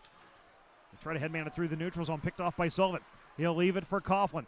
Give and go with Sullivan across the Fort Wayne line, looking for a tip from Van Stralen. It doesn't connect at the goal mouth. Cliff Watson holds it in. Centers, turnaround shot, Coughlin, say made a rebound, put on goal once, twice by Van Stralen, third time, and it still doesn't go. He was trying to bat it out of the air, and he couldn't settle it down. Cliff Watson fires from the left wing boards, positional save made by Kehler. Spencer Watson working with Shaw behind the net. Shaw rakes it free, out to the point but not out, held in by McDonald. Cliff Watson into the slot, looking, here's Coughlin trying to find the puck, but it was poked away from him. Brady Shaw chips it all the way down, and this will go for icing. So tired group going to have to stay out there for Fort Wayne, but what incredible pressure by the Fuel, and Ryan Van Stralen again in the net front. 3 whacks out of one of them out of midair, but he just couldn't get it under the bar. Yeah, great job staying with it. Give credit to Cole Kehler, too, as he slid over. He remained big. He was on the ice, but he came out to challenge. And a couple great opportunities for Van Stralen. But the whole play was made in the neutral ice by Joe Sullivan standing up, intercepting the pass, allowing the Fuel to go on the offensive attack. Indy wins the offensive zone draw. Teixeira over to the right point. McArdle shoots on goal. Save made by Kehler, and he'll hold to get a whistle and allow his team to get a change. And that should bring us to a timeout. And that hasn't been signaled yet. And I think now our scorer has just realized that and is signaled for a timeout. So we'll take 1-2. 12:26 to go in the third period. The Indy Fuel and Fort Wayne Komets tied at 1 thanks to some really good goaltending by Dan Bakala and Cole Kehler. We're going to take a break, come back right after this. You're listening to Indy Fuel Hockey. The Hoosier Lottery is turning 30. To celebrate, we're telling the stories of Hoosiers across the state, as well as the different ways the lottery gives back to Indiana. Find out how at HoosierLottery30.com. And thank you for 30 wonderful years. Please play responsibly. Tomorrow night at Indiana Farmers Coliseum is going to be a magical night. The Atlanta Gladiators are in at 6:05 for Wizard Night. So make sure you have your broomsticks at your side and your wands in your hand for this awesome game between the Indy Fuel and the Atlanta Gladiators at 6:05. You can get your tickets right now, on your phone even, at IndyFuelHockey.com. We'll see you at Indiana Farmers Coliseum tomorrow night at 6:05 for Indy Fuel Hockey, the hottest thing on ice. Now back for more Indy Fuel Hockey. 12:26 to go in the third period. The Indy Fuel and Fort Wayne Komets tied at 1 along with Nick Olchek. I'm Andrew Smith, and it's turned into a goaltenders duel between Dan Bakala and Cole Kehler, and Kehler with 2 or 3 really good saves. He had a spectacular one earlier. Bakala, a spectacular save early in the period on a one-timer from the slot. And so they're the big reason why it's tied at 1. Yeah, and they're seeing a lot of the shots. Both goaltenders have been strong tonight. Anything that they've seen, if they had a clean look at it, they're going to make that save. So for the offensive players for both teams, want to make sure you're getting the puck to the net and then follow it up. Try and get a screen and make life hard for the goaltenders as well. But so far, so good for both goalies, giving up just 1 goal. Komets win the draw in their own zone. They work a play ahead to Łyszczarczyk. He tries a self-pass into the left wing corner. And puck comes in behind the net, and we have a whistle. The puck went out of play, it appears. And that is the case, so we'll have a draw back in the Fuel zone. Couple of games that affect the Central Division. One of them, Toledo has come back against Atlanta. Josh Kessner scored in the third period. They're in overtime, tied at 2. Atlanta will be here tomorrow night for a 6:05 face-off. Cincinnati has come back.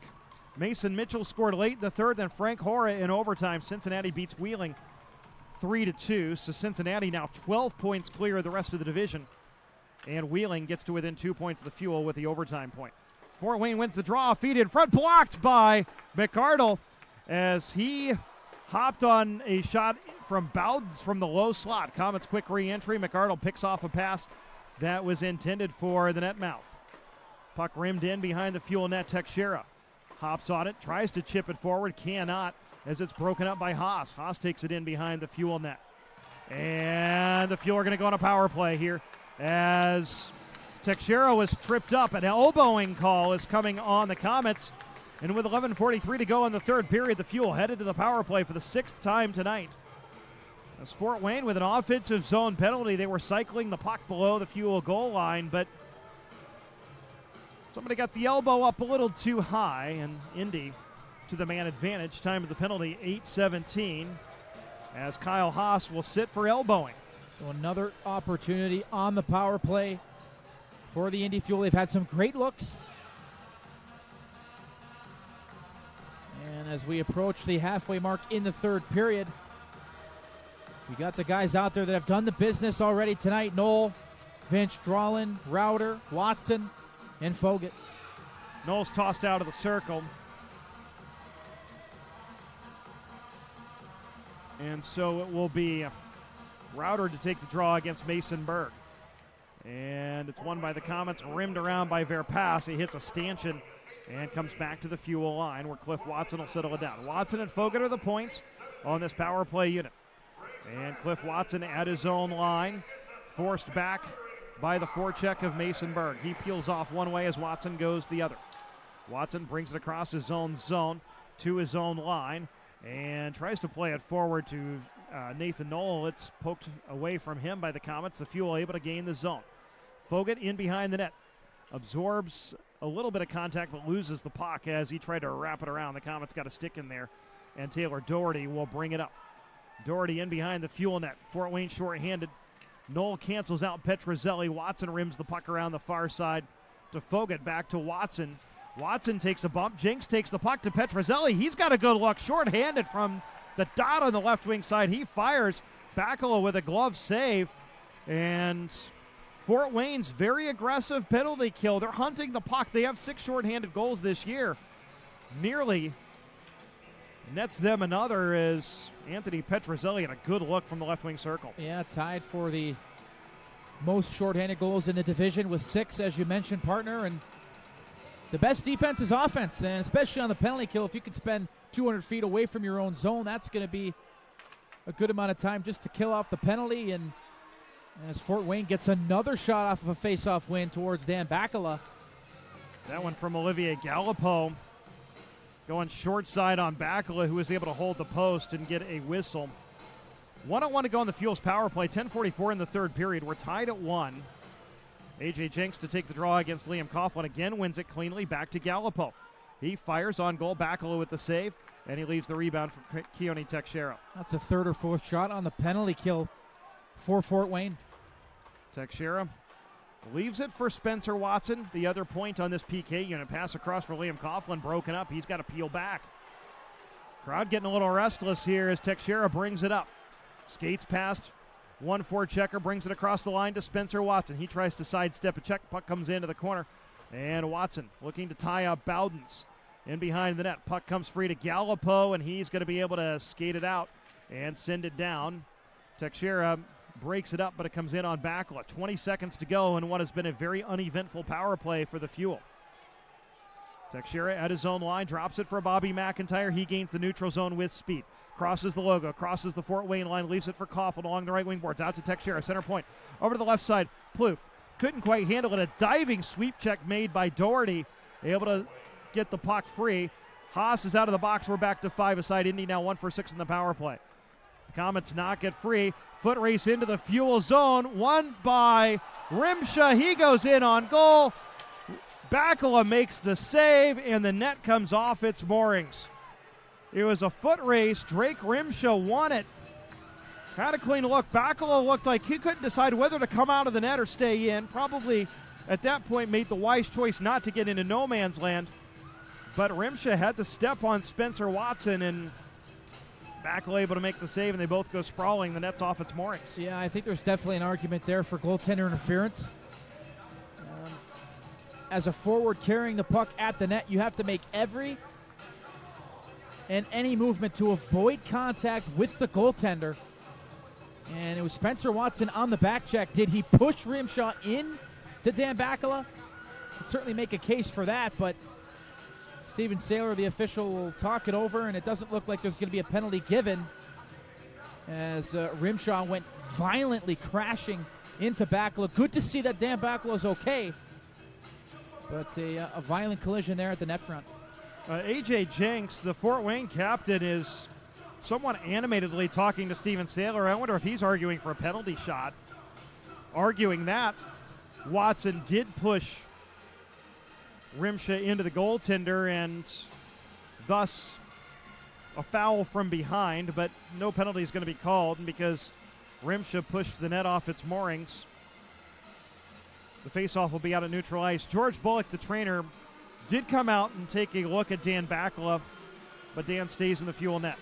Good to see, because, I mean, that was a violent collision. He went in there full speed, did Rimsha, a pretty darn big guy, and as I said, good to see that Dan Bakala's A-OK.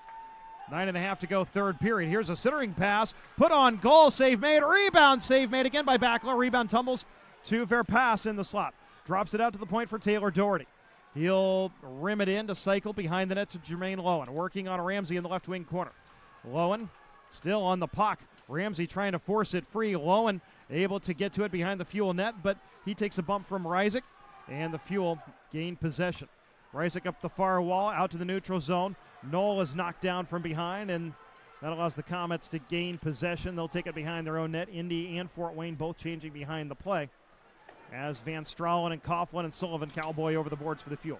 Puck rimmed in. Sullivan waiting for it along the far side. Spins past one check, but not the second. Komets keep it in behind the Fuel net. And tying up the play is Cliff Watson. It comes free to Coughlin. Poked off his stick. Turnaround shot. Blocked away from Shaw. Nice play there by Cliff Watson. Watson behind his own net. Fort Wayne with a little bit of a surge right now as Watson able to outlet it to Coughlin, who tips it back to the Fort Wayne line. 8:17 to go, third period. We're tied at 1. Komets behind their own net. Working the breakout up the far side. A rink-wide pass through the neutral zone. Played away from Łyszczarczyk by Tekshira on second effort. The Komets bring it to Łyszczarczyk. He tries to gain the zone, but it's swept off of his stick by Van Stralen and sent back out to center. Sullivan working along the half wall. Taken away by the Komets. Here's Rimsha back into the zone. He fires from the right wing circle on goal. Bakala with a positional save, and he covers up for a whistle. Rimsha and McArdle having a conversation after the play. As we have a whistle with 7:55 to go in the third period. We've been tied at 1 since the midpoint of the second.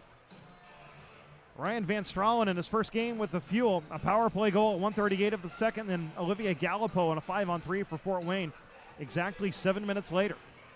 That's all the scoring so far. Toledo, by the way, has beaten Atlanta in a shootout 3-2, so Toledo will move to 7 points ahead of the Fuel and 4 ahead of the Komets in second place in the division. Fort Wayne wins the draw. Binkley walks the right half wall, fires a wrist shot on goal. Bakala with a glove save, and he holds on for a whistle with 7:51 to go. Good heads-up play there by Jason Binkley. Realized that Plouffe and McIntyre both collided with one another, so he was able to take all that ice that was given to him because both of those Fuel players had run into one another, and Bobby McIntyre, who's covering Binkley, wasn't able to get there because he was on the ice. Fuel win the draw, chip it out to neutral ice where it's collected by the Komets D. Feed ahead to Bowdens across the Fuel line. Looks to chip it into the slot. It's swept out of there by Tekshira back to neutral ice where Binkley corrals for Fort Wayne. Bobby McIntyre into forecheck, but Binkley able to bring it past him across his own line. Pass to the Fuel line, chipped into the zone by the Komets. McArdle will collect on the forehand in the near corner. Bring it up the half wall.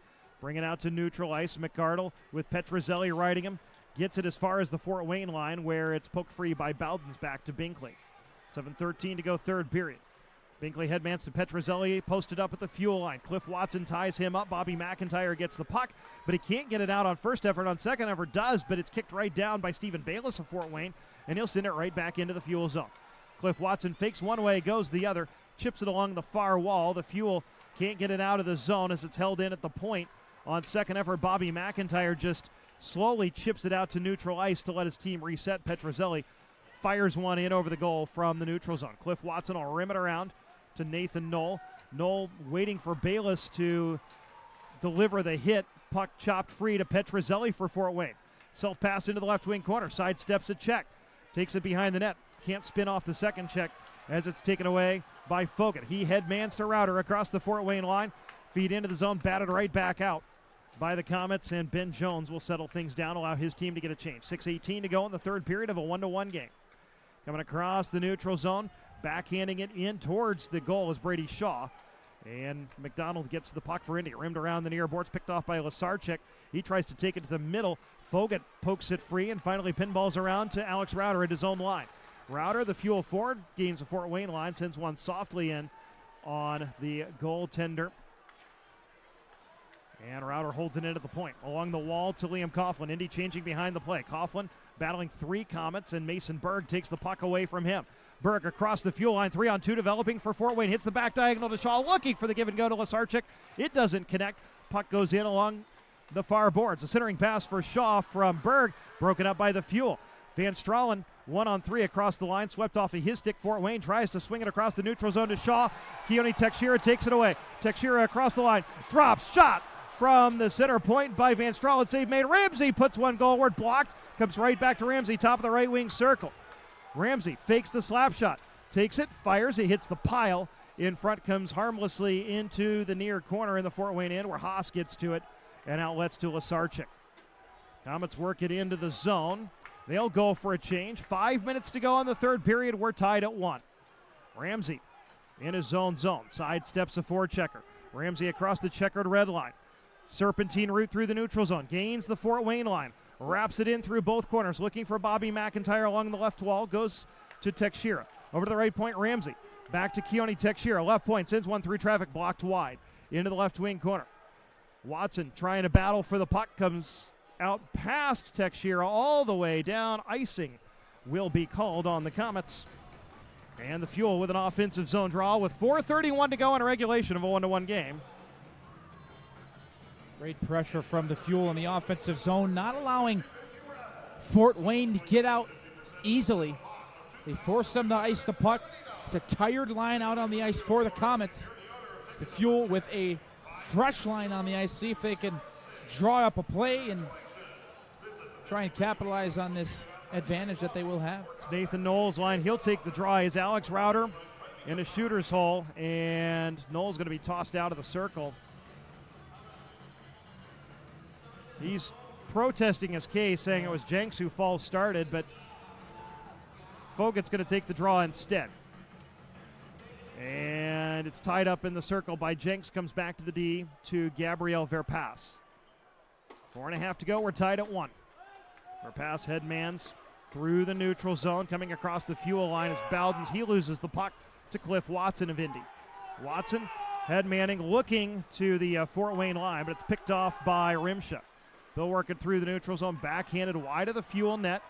Cliff Watson takes it, outlets to Rauter, chips it off the wall to the Fort Wayne line. Petrozelli gets there first for the Komets. 4 minutes to go in regulation. He sends it backwards for Taylor Doherty. Dueling chance between the two fan bases here tonight. Komets try to headman it to the Fuel line. Lowen's able to tip it into the zone. Connor McDonald collects there, goes behind his own net for Indy. D to Cliff Watson, chips it off the glass, back out to the Fort Wayne line. And the Komets look to send it right back in. Connor McDonald again collects as they threw it into his corner. Lowen into forecheck. Forces McDonald to reverse course behind his own net. D to Watson. He'll headman through the neutral zone to Van Stralen. He hits him in the back, swept forward to Van Stralen across the Fort Wayne line. Van Stralen to the right side, to the bottom of the circle, looks to center, had a backdoor feed, but it didn't connect. The Komets with numbers the other way. Here comes Jones across the Fuel line, hits the trailer, his shot goes just wide. And the puck held in by Binkley, sends one through, all kinds of traffic. Backla found it, rebound comes over to the far side. Verpass dives into the play, takes it behind the Fuel net. Being tied up by Sullivan, who takes him down. The Fuel are going to go to shorthanded. As McArdle gets the touch, Fort Wayne's going to get a late power play with 2:57 to go in the game. As Joe Sullivan just trying to win the puck from Petrozelli. Got him tied up. Petrozelli went down, tripping called. And Fort Wayne, with one of the best power play units in the league, will go to the man advantage with 2:57 to go in regulation. Now, an extremely entertaining third period so far. The entertainment value has been through the roof. And the Indy Fuel are going to go shorthanded. 1-1 late in the third. We'll be right back. What if a car company didn't just build better cars, but help build something more? Like community, family, futures. That's exactly what Honda is doing right here at home. We're building the award-winning Civic and CR-V. and the stylish, smart Insight Hybrid. All three made in Indiana. We're Honda, and we're building something more together. From your Central Indiana Honda dealers. Now back for more Indy Fuel hockey action. 2:57 to go in the third period here at the Indiana Farmers Coliseum. The Indy Fuel and Fort Wayne Komets tied at 1, but the Fuel headed to the penalty kill for the third time tonight. Along with Nick Olczyk, I'm Andrew Smith. If you need your penalty killing unit to step up, this is the time. Fort Wayne with one of the best power plays in the league. They click at 24.4% coming into tonight. They're 1 for 2, although that one was a 5-on-3. Yep. And obviously, they're going to be loaded up here with the opportunity to take a game in regulation. And one of your best penalty killers is in the box in Joe Sullivan. So this is where you need guys to sell out, block shots. If you have a chance to clear the puck, it has to get out. Because as you mentioned, the Fort Wayne power play has a ton of firepower. Jenks wins the draw. Fort Wayne with possession. Binkley walking the line. Over to the left side for Mason Berg. He shoots through. Traffic save made. Bakala, he holds on for a whistle. Mason Berg with the right idea there. Skate in, rip that puck at the net. Former captain at Colorado College. Former teammate of mine as well. With right idea, but Dan Bakala with a better save. Again, draw on the left wing circle for Wayne's offensive zone. And Jenks wins it briefly from Plouffe, but the puck comes to Teixeira, and he's able to wrap it around and all the way back into the Fort Wayne end. And you're able to get to the puck off a draw. That weak side rim around's often there, and the Fuel able to clear. Komets bring it into the zone, comes to McArdle. He's able to turn, fire, and clear. Good pressure on the entry from Fort Wayne. The defenseman standing up, forwards coming back, providing that pressure, not allowing the Fort Wayne Komets to get any free ice. Komets gain the zone. Rimsha behind the Fuel net. Hops out the left side. Coughlin comes over to get pressure and is able to force the puck out to neutral ice. 1:12 to go in the Fort Wayne power play, 2:07 of the third period. Rimsha with a quick re-entry. Rims it around to the left point for Petruzzelli.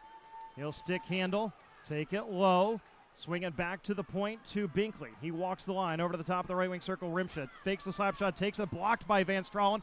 Comes back into the slot, shot right on goal, the backhand from Petruzzelli. Bakala makes the save, and he holds on for a whistle. 1:49 to go in the period, 52 on the Fort Wayne power play. We remain tied at 1. I'll tell you what, Dan Bakala's made some real big saves tonight. He's made them all look pretty easy because he's had good positioning and he's had good angles and he's been tracking the puck well. But he has really made some huge saves to keep it a 1-1 game.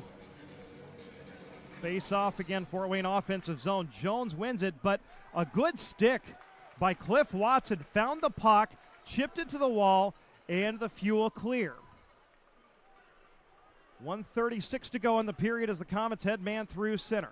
Jones across the Fuel line, backhands the left side shot, goes high and wide, and a lively Karam finds Łyszczarczyk for Fort Wayne along the right wing half wall. 29 seconds to go in their power play. Back to Galipeau, back to Łyszczarczyk, right wing. Working the low play, backhand through the slot, and the puck knocked free by the Fuel back into the right wing corner. 20 seconds to go in the power play. Petruzzelli back out to the point to Galipeau.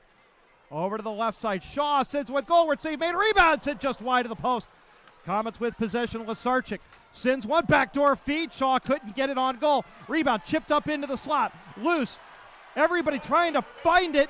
Final minute of the period. It comes free to Alex Rauter. The penalty is over. The Fuel back to full strength.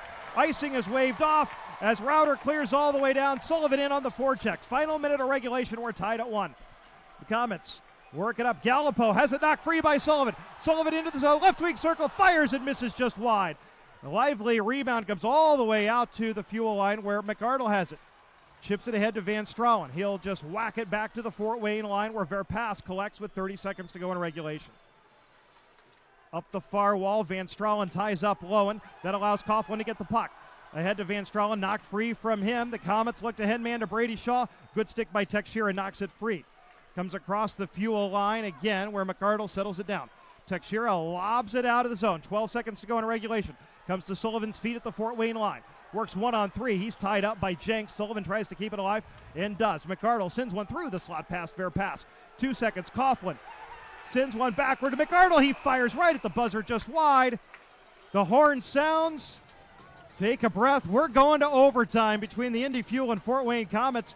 A lot of chances for both teams in the final couple of minutes of regulation, but we split the points. There's one more in the balance as we head to the overtime, tied at 1. No scoring in the third period. The shots in the period were 12 for the Fuel for a total of 41, and 12 for Fort Wayne for a total of 33. So again, in the ECHL, 7 minutes on the board for overtime. We play sudden death 3-on-3. And if nobody scores in those 7 minutes, we'll go to a shootout. So this is the third game now involving a Central Division team. It's gone to overtime, so not a whole lot of movement in the standings because everybody's getting points tonight. Indy in overtime 6-1. Darian Plouffe has scored twice. Spencer Watson has also scored in overtime for the Fuel among players who are in uniform tonight.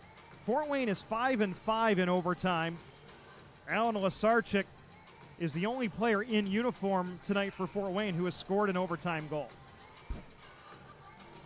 Again, we switch in, so it's not only 3-on-3, but it's long change. And really, Nick, overtime and 3-on-3 with all that open ice really comes down to puck possession and managing the puck and taking advantage of the opportunities that present themselves. Yeah, and if you have the puck in the offensive zone and there's not a play or there's not a teammate you can pass to, you'll see a lot of players or teams just take it back onto the neutral zone, regroup, maybe get a change.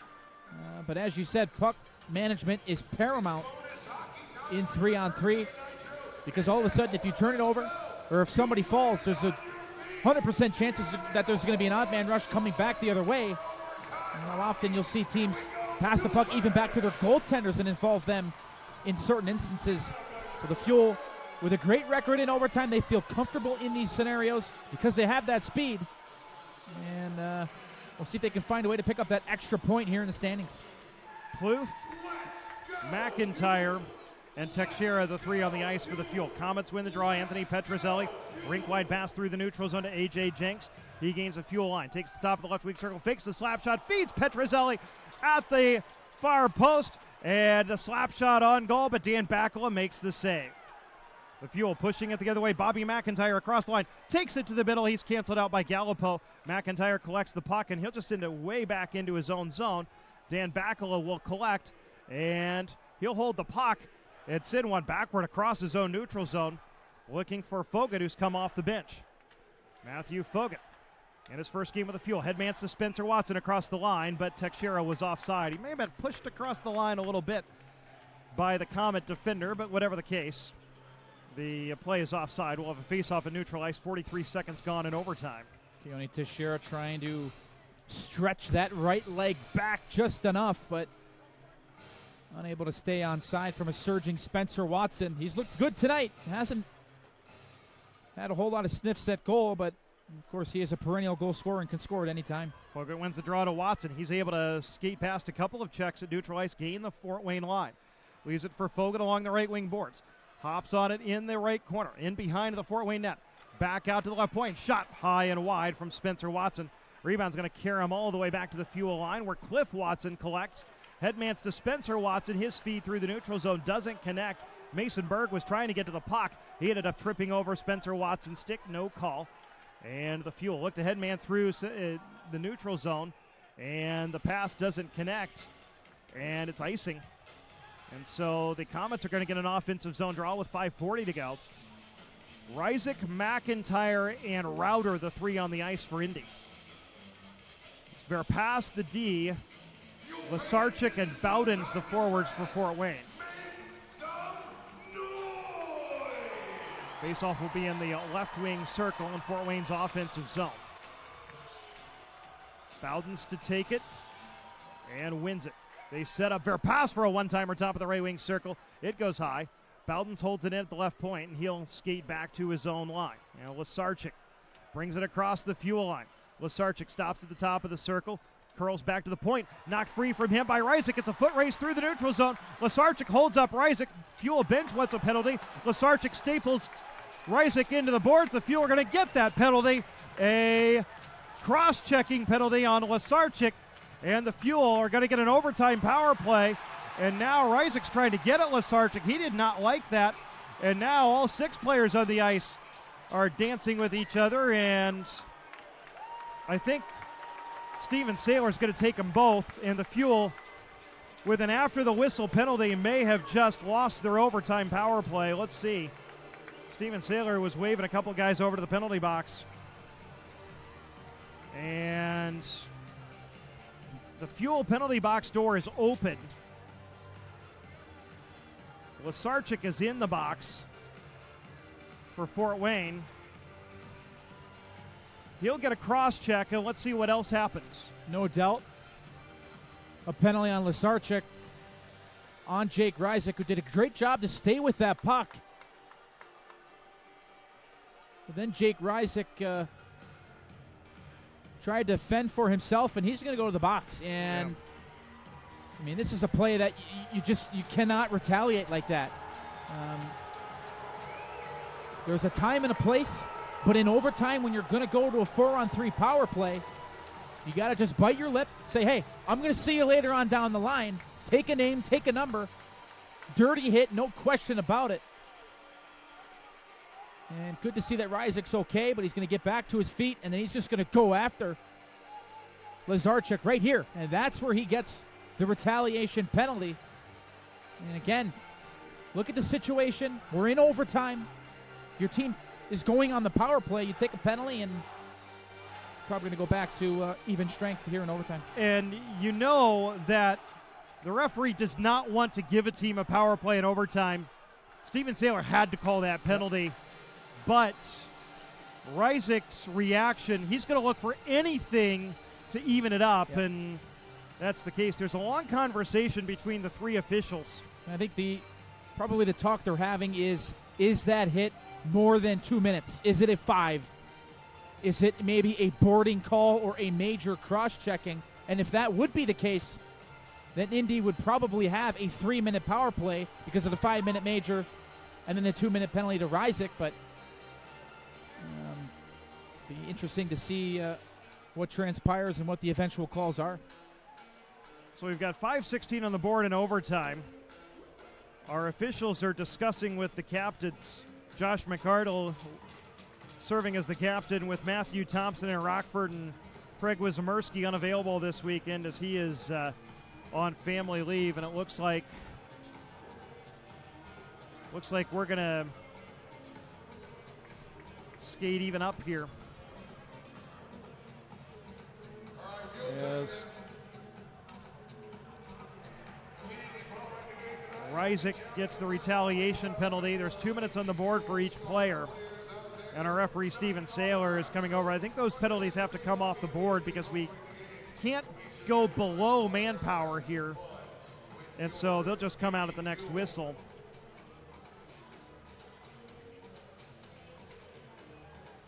And AJ Jenks is still talking to our referee to figure out what's going on.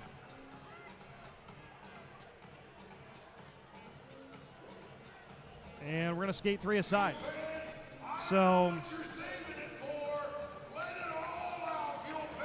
Plouffe, McIntyre, and Teixeira out there for Indy. Offensive zone draw for the Fuel. And it's won by Fort Wayne. Fair pass will sweep it along the inboards. And the Fuel take it away. Plouffe into the middle, back to Teixeira. Sends it over to the right side to Bobby McIntyre, and he'll just take it back to his own line. McIntyre sends it backwards, and one of the Fort Wayne players loses a stick. Opportunity for Indy. McIntyre up the right side, shoots, save made, and the rebound collected by the Komets. They'll chip it off the wall. An area play looking for Ben Jones, but Plouffe gets there first. McIntyre gets the puck. 4:46 to go in overtime. We're tied at 1. Puck across the Fuel line. Teixeira drops to the point for McIntyre. He'll walk it across the center point, over to the right point. McIntyre puts on the brakes, waits for help off the bench. It's Cliff Watson. Watson comes in, centers for Plouffe. He couldn't find the handle. Comes back over to Watson over the far side. Rimsha sweeps it wide of him, but the Fuel gained possession, and Plouffe sends it back to Spencer Watson at his own line. 4:20 to go in overtime. Skating 3 aside, we're tied at 1. Each team with a power play goal in the second. Here's a feed ahead to Watson. He's got space up the right side. Centers past everybody. Fogut tracks it down in the left wing corner. He's being held, And that allows the Komets to get the puck. Pass ahead for Verpass, who had a step on the D, doesn't connect. And the Fuel goaltender, Backel, will settle it down and leave it for his D. 3:55 to go in overtime. We're tied at 1. Fuel headman it to the Fort Wayne line. Watson can't collect. The Komets gain possession. Doherty up the far side. Brady Shaw. Watson watching him. And Watson poke checks him. Brings it the other way. Watson through the neutral zone is tied up there. And the Komets regain possession. Good back check by Mason Berg. Berg brings it across the Fuel line. 2-on-2 with Shaw. Berg to the slot. Try to hook it back to Shaw through 2 Fuel players. They pick it off. Indy headman's ahead of Bobby McIntyre. Across the line. Turns the corner at Galipeau. Goes to the forehand and fans on the shot. He was on the doorstep. And he'll sweep it back to Ramsey. Back to McIntyre. Quick re-entry. McIntyre dangles but can't get it past the D. Good poke check there by the Komets' Mason Berg. And he'll send it back to Brady Shaw. 3:06 to go in overtime. Brady Shaw across the checkered red line, slowly across the Fuel line, turns on the Jets, turns the corner on Plouffe, takes it to goal. Plouffe poke checks. Plouffe ahead the far side. 2-on-2 across the line as Ramsey brings it in. Jack Ramsey, right wing circle, hits the trailer. Plouffe. Plouffe dangles. Kehler comes way out of the net to deny Plouffe as he tried to take it to the backhand, and Kehler hops on the puck and gets a whistle. With 2:45 to go in overtime, we're tied at 1. Darian Plouffe looking for his hat trick of overtime goals on the season. He's got 2 this year. Took that one right to the net. Kehler again came out, closed off any area of Plouffe to try and put the puck into the back of the net. And a timeout is going to be called here by Doug Christensen and the Indy Fuel. But a couple good opportunities earlier on that shift as well for Bobby McIntyre. Had an opportunity, drove wide right around, I believe it was Olivier Galipeau. And just as he shifted from his backhand to a forehand, the puck just kind of rolled on him, which forced him to whiff. And then reloaded in the neutral zone again and came back in. So Bobby McIntyre living large here in overtime. 2:45 to go in overtime. And the same 3 that were on the ice are out there now, although it looks like now Doug Christensen sees who Fort Wayne's going to send out. A.J. Jenks, Jason Binkley, and Anthony Petruzzelli. And he will counter with Ryzik, make that Teixeira, Fogut, and McIntyre. Face-off will be to the left of Kehler. Tied up in the circle. Won by the Fuel. Back to Teixeira. 2:40 to go in overtime, but we have a whistle and a hand pass is called on the Fuel, so the face-off's going to come out to neutral ice. Quickly signaled by Steven Saylor right off the draw. Couldn't quite see who it was for the Indy Fuel, but face-off will come back out to the neutral zone. This one won by the Komets. Jenks back to Binkley. Jason Binkley, the veteran Comet, his 4th year with Fort Wayne. Outlets to Jenks, he'll skate it up.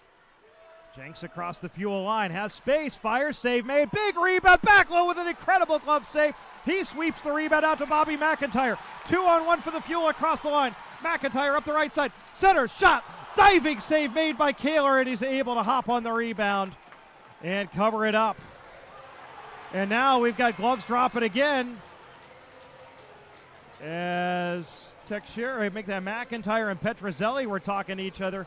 But what a save by Bakala, and then what presence of mind to swat the rebound forward. And that started a 2-on-1 with McIntyre, and it just didn't connect thanks to another great post-to-post save by Kehler. And out of all of the Indy Fuel players who have had a good game tonight, I think Dan Bakala is very much deserving of a point. Almost came up with one there. Close call, but the presence of mind to realize that they were going to go the other way on an odd man rush. Great heads-up play by the Fuel goaltender. Komets win the draw in their own zone. Łyszczarczyk outlets to an open wing where Verpass will hop on it. 2 minutes to go in overtime. Łyszczarczyk in his own zone, sidesteps one check. Brings it up with Plouffe and Watson into forecheck. Łyszczarczyk again, curling back in his own zone to build some speed through the neutral zone. Across the red line, across the blue line. Łyszczarczyk drops for Bowdens, right down the slot. Fire save made. Bakala rebound, swept off the line by Bakala. The Fuel able to gain possession. Indy will bring it up. Darian Plouffe slowly through the neutral zone. Plouffe with 1:33 to go in overtime. forced backwards by Łyszczarczyk. Outlets to Cliff Watson. Watson back in his own zone with Łyszczarczyk into forecheck. He'll bring it to Spencer Watson. He'll skate through the neutral zone across the Fort Wayne line. Spencer Watson takes it to middle, but Verpass able to break that play up. Fort Wayne with possession. Łyszczarczyk across the fuel line to Berg. Berg in the left wing circle. Drops it to the center point to Łyszczarczyk. He takes it to the forehand, forced off the play, but he gets it back behind the fuel net. Pops out the right side. Łyszczarczyk into the high slot, fires. It goes high and wide, and the fuel hop on the loose puck, but just briefly. But able to corral it is Darian Plouffe. Through the neutral zone, fanned on a pass to Rysik. Mason Berg takes it away, sends it into the fuel zone. Alex Rauter will collect there, go ahead to Rysik. 40 seconds to go in overtime. We're tied at 1. Rysik across the logo at center, across the Fort Wayne line. 1-on-3, plays it into the right wing corner, looking for Rauter, doesn't connect. Taylor Doherty takes it away with 30 seconds to go in overtime. Rauter into forecheck, he'll go for a change. McIntyre back out there again. Puck swept forward by Rysik, back into the Fort Wayne end. Brady Shaw collects. Goes behind his own net for Doherty with Rysik into forecheck. Rysik tying him up. Outlets to Petrozelli with 14 seconds to go in overtime. Petrozelli across the line. Dangles, sends one goalward. Backlow with the save. Rebound swept over to the near boards with 6. And the Fuel maintaining possession. Puck sent ahead to the neutral zone. We're headed to a shootout. So 67 minutes of hockey, including 7 minutes of 3-on-3. Can't decide it. So the Fuel to a shootout for the second time this year. Indy 1-0 in the shootout, winning a couple weeks ago on a Friday night in Toledo. Fort Wayne is 0-1 in the shootout. Kehler, by the way, was the goaltender when they had a shootout. He's 0 for 2. Charles Williams had the shootout for Indy against Toledo. And so, final shots on goal. Fuel had 2 in the overtime for 43. And Fort Wayne had 5 in the overtime for 38. Again, we'll switch in. Sabakala will be in the goal to our right and Kehler to our left. Again, Kehler is a right-catching goaltender, so that kind of turns the shooters around a little bit.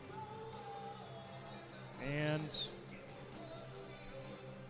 the Fuel will elect to go first, as the home team can do. And so the first one over the boards is Spencer Watson. Watson has not tried a shootout attempt this season. Right-hand shot, takes the puck across the Fort Wayne line, down the middle. Deeks, and misses high as he was trying to go high blocker on Kehler. Yeah, Spencer Watson, quick little fake shot, quick little stick handle, and look for that fast release on and off of his stick. Just missed that top corner. There was room. Alan Łyszczarczyk to shoot for Fort Wayne. Left-handed shot. Dan Bakula talking to our referee first. Łyszczarczyk takes a diagonal route through the neutral zone to the right side. Comes back toward the middle. Shoulder fake. Digs to the backhand. Bakula with a left pad save. And so both teams come up empty in the first of the 3 rounds of the shootouts. Yeah, trying to go forehand, backhand. A lot of fakes there, and I'm not sure if he really ever got an overly powerful shot off. That puck rolled on him because of all that snow after the overtime period. Bobby McIntyre is 1 for 1 in the shootout. He's Indy's next shooter. Left-hand shot takes it to the right side. Going slowly between the dots. Comes to the forehand. Tries to go 5-0, and Kehler shuts it. So McIntyre is stopped. The Fuel now 0 for 2 in the shootout. Bobby McIntyre coming in. Tries a little fake, then tries to slide it 5-hole as he was getting the goaltender to move from side to side. But Kehler was better on it. Mason Berg now to shoot for Fort Wayne. Left-hand shot, takes it down the middle, goes the forehand, Bakula with the save. He got it with the glove, and then swiped the glove over the puck to ensure for good measure. So 2 shooters apiece, no goals. And so now it's Matthew Fogat's turn. Fogat, a right-hand shot, picks up the puck, takes it down the left side. Fogat to the forehand, fires, pad save made. He looked like he was going for the shot all the way, and Kehler barely had to move. Yeah, some quick stick handles from Matthew Fogat. Trying to go past the pad, 5-hole or to the side, but again, Kehler was better. Petrozelli for Fort Wayne is their 3rd shooter. Takes a serpentine route to the right side. Fires. Blocker save made by Bakala. So we'll go to sudden death in the shootout. 3 rounds, can't solve it. The goaltenders have been dominant tonight. So to the 4th round we go. Darian Plouffe to shoot for Indy. Plouffe picks up the puck, left-hand shot. Serpentine route across the line, takes it to the right side. Back to the middle, shoulder fake, backhand, pad save made by Kehler. Oh, both of these goaltenders are just so good tonight. They're seeing everything. They're not biting on any of the moves that the shooters are trying to get them to bite on. Both goalies having themselves one heck of a night. Here's Brady Shaw, very dangerous scorer for Fort Wayne, has 16 goals on the year. He's 0 for 1 in the shootout. Left-hand shot on the right side. Shoulder fake, shoots and scores, and the Komets win in a shootout as Brady Shaw able to beat Bakala, high blocker, pick the top corner, and Fort Wayne skates out of here with a 2-1 shootout victory. That was a beautiful move for Brady Shaw. Little head fake. He goes backhand, forehand, over the blocker into that corner of the net. Past Dan Bakala, and man, oh man, both goalies were just tremendous tonight. And unfortunately for Dan Bakala, who had an awesome night himself, unable to pick up the win in the shootout. The Komets win it 2-1 in a shootout. Brady Shaw, the shootout winner for Fort Wayne. And so the Komets get the extra point in the standings. And so Fort Wayne wins it 2-1. And tonight's 3 stars, Dan Bakala, the 3rd star. And the number 2 star will be Cole Kehler. And they're going to give Brady Shaw the number 1 star as he scored the shootout winner. And so Komets win it tonight 2-1 in a shootout over the Fuel. And so the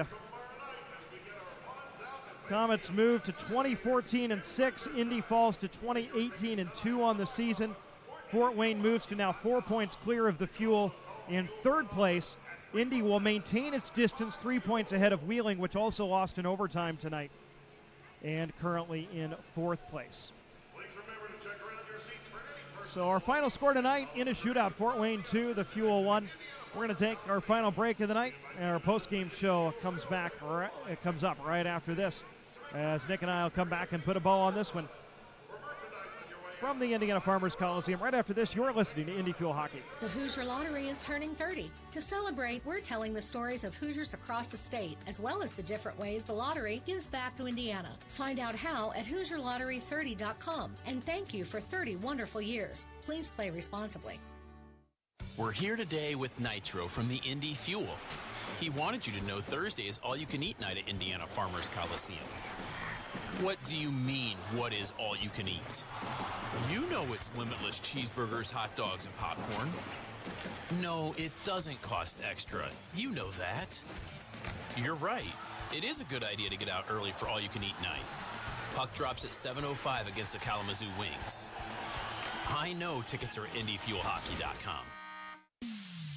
Now back for more Indy Fuel Hockey action. Final score tonight from the Indiana Farmers Coliseum. The Indy Fuel fall to the Fort Wayne Komets 2-1 in a shootout.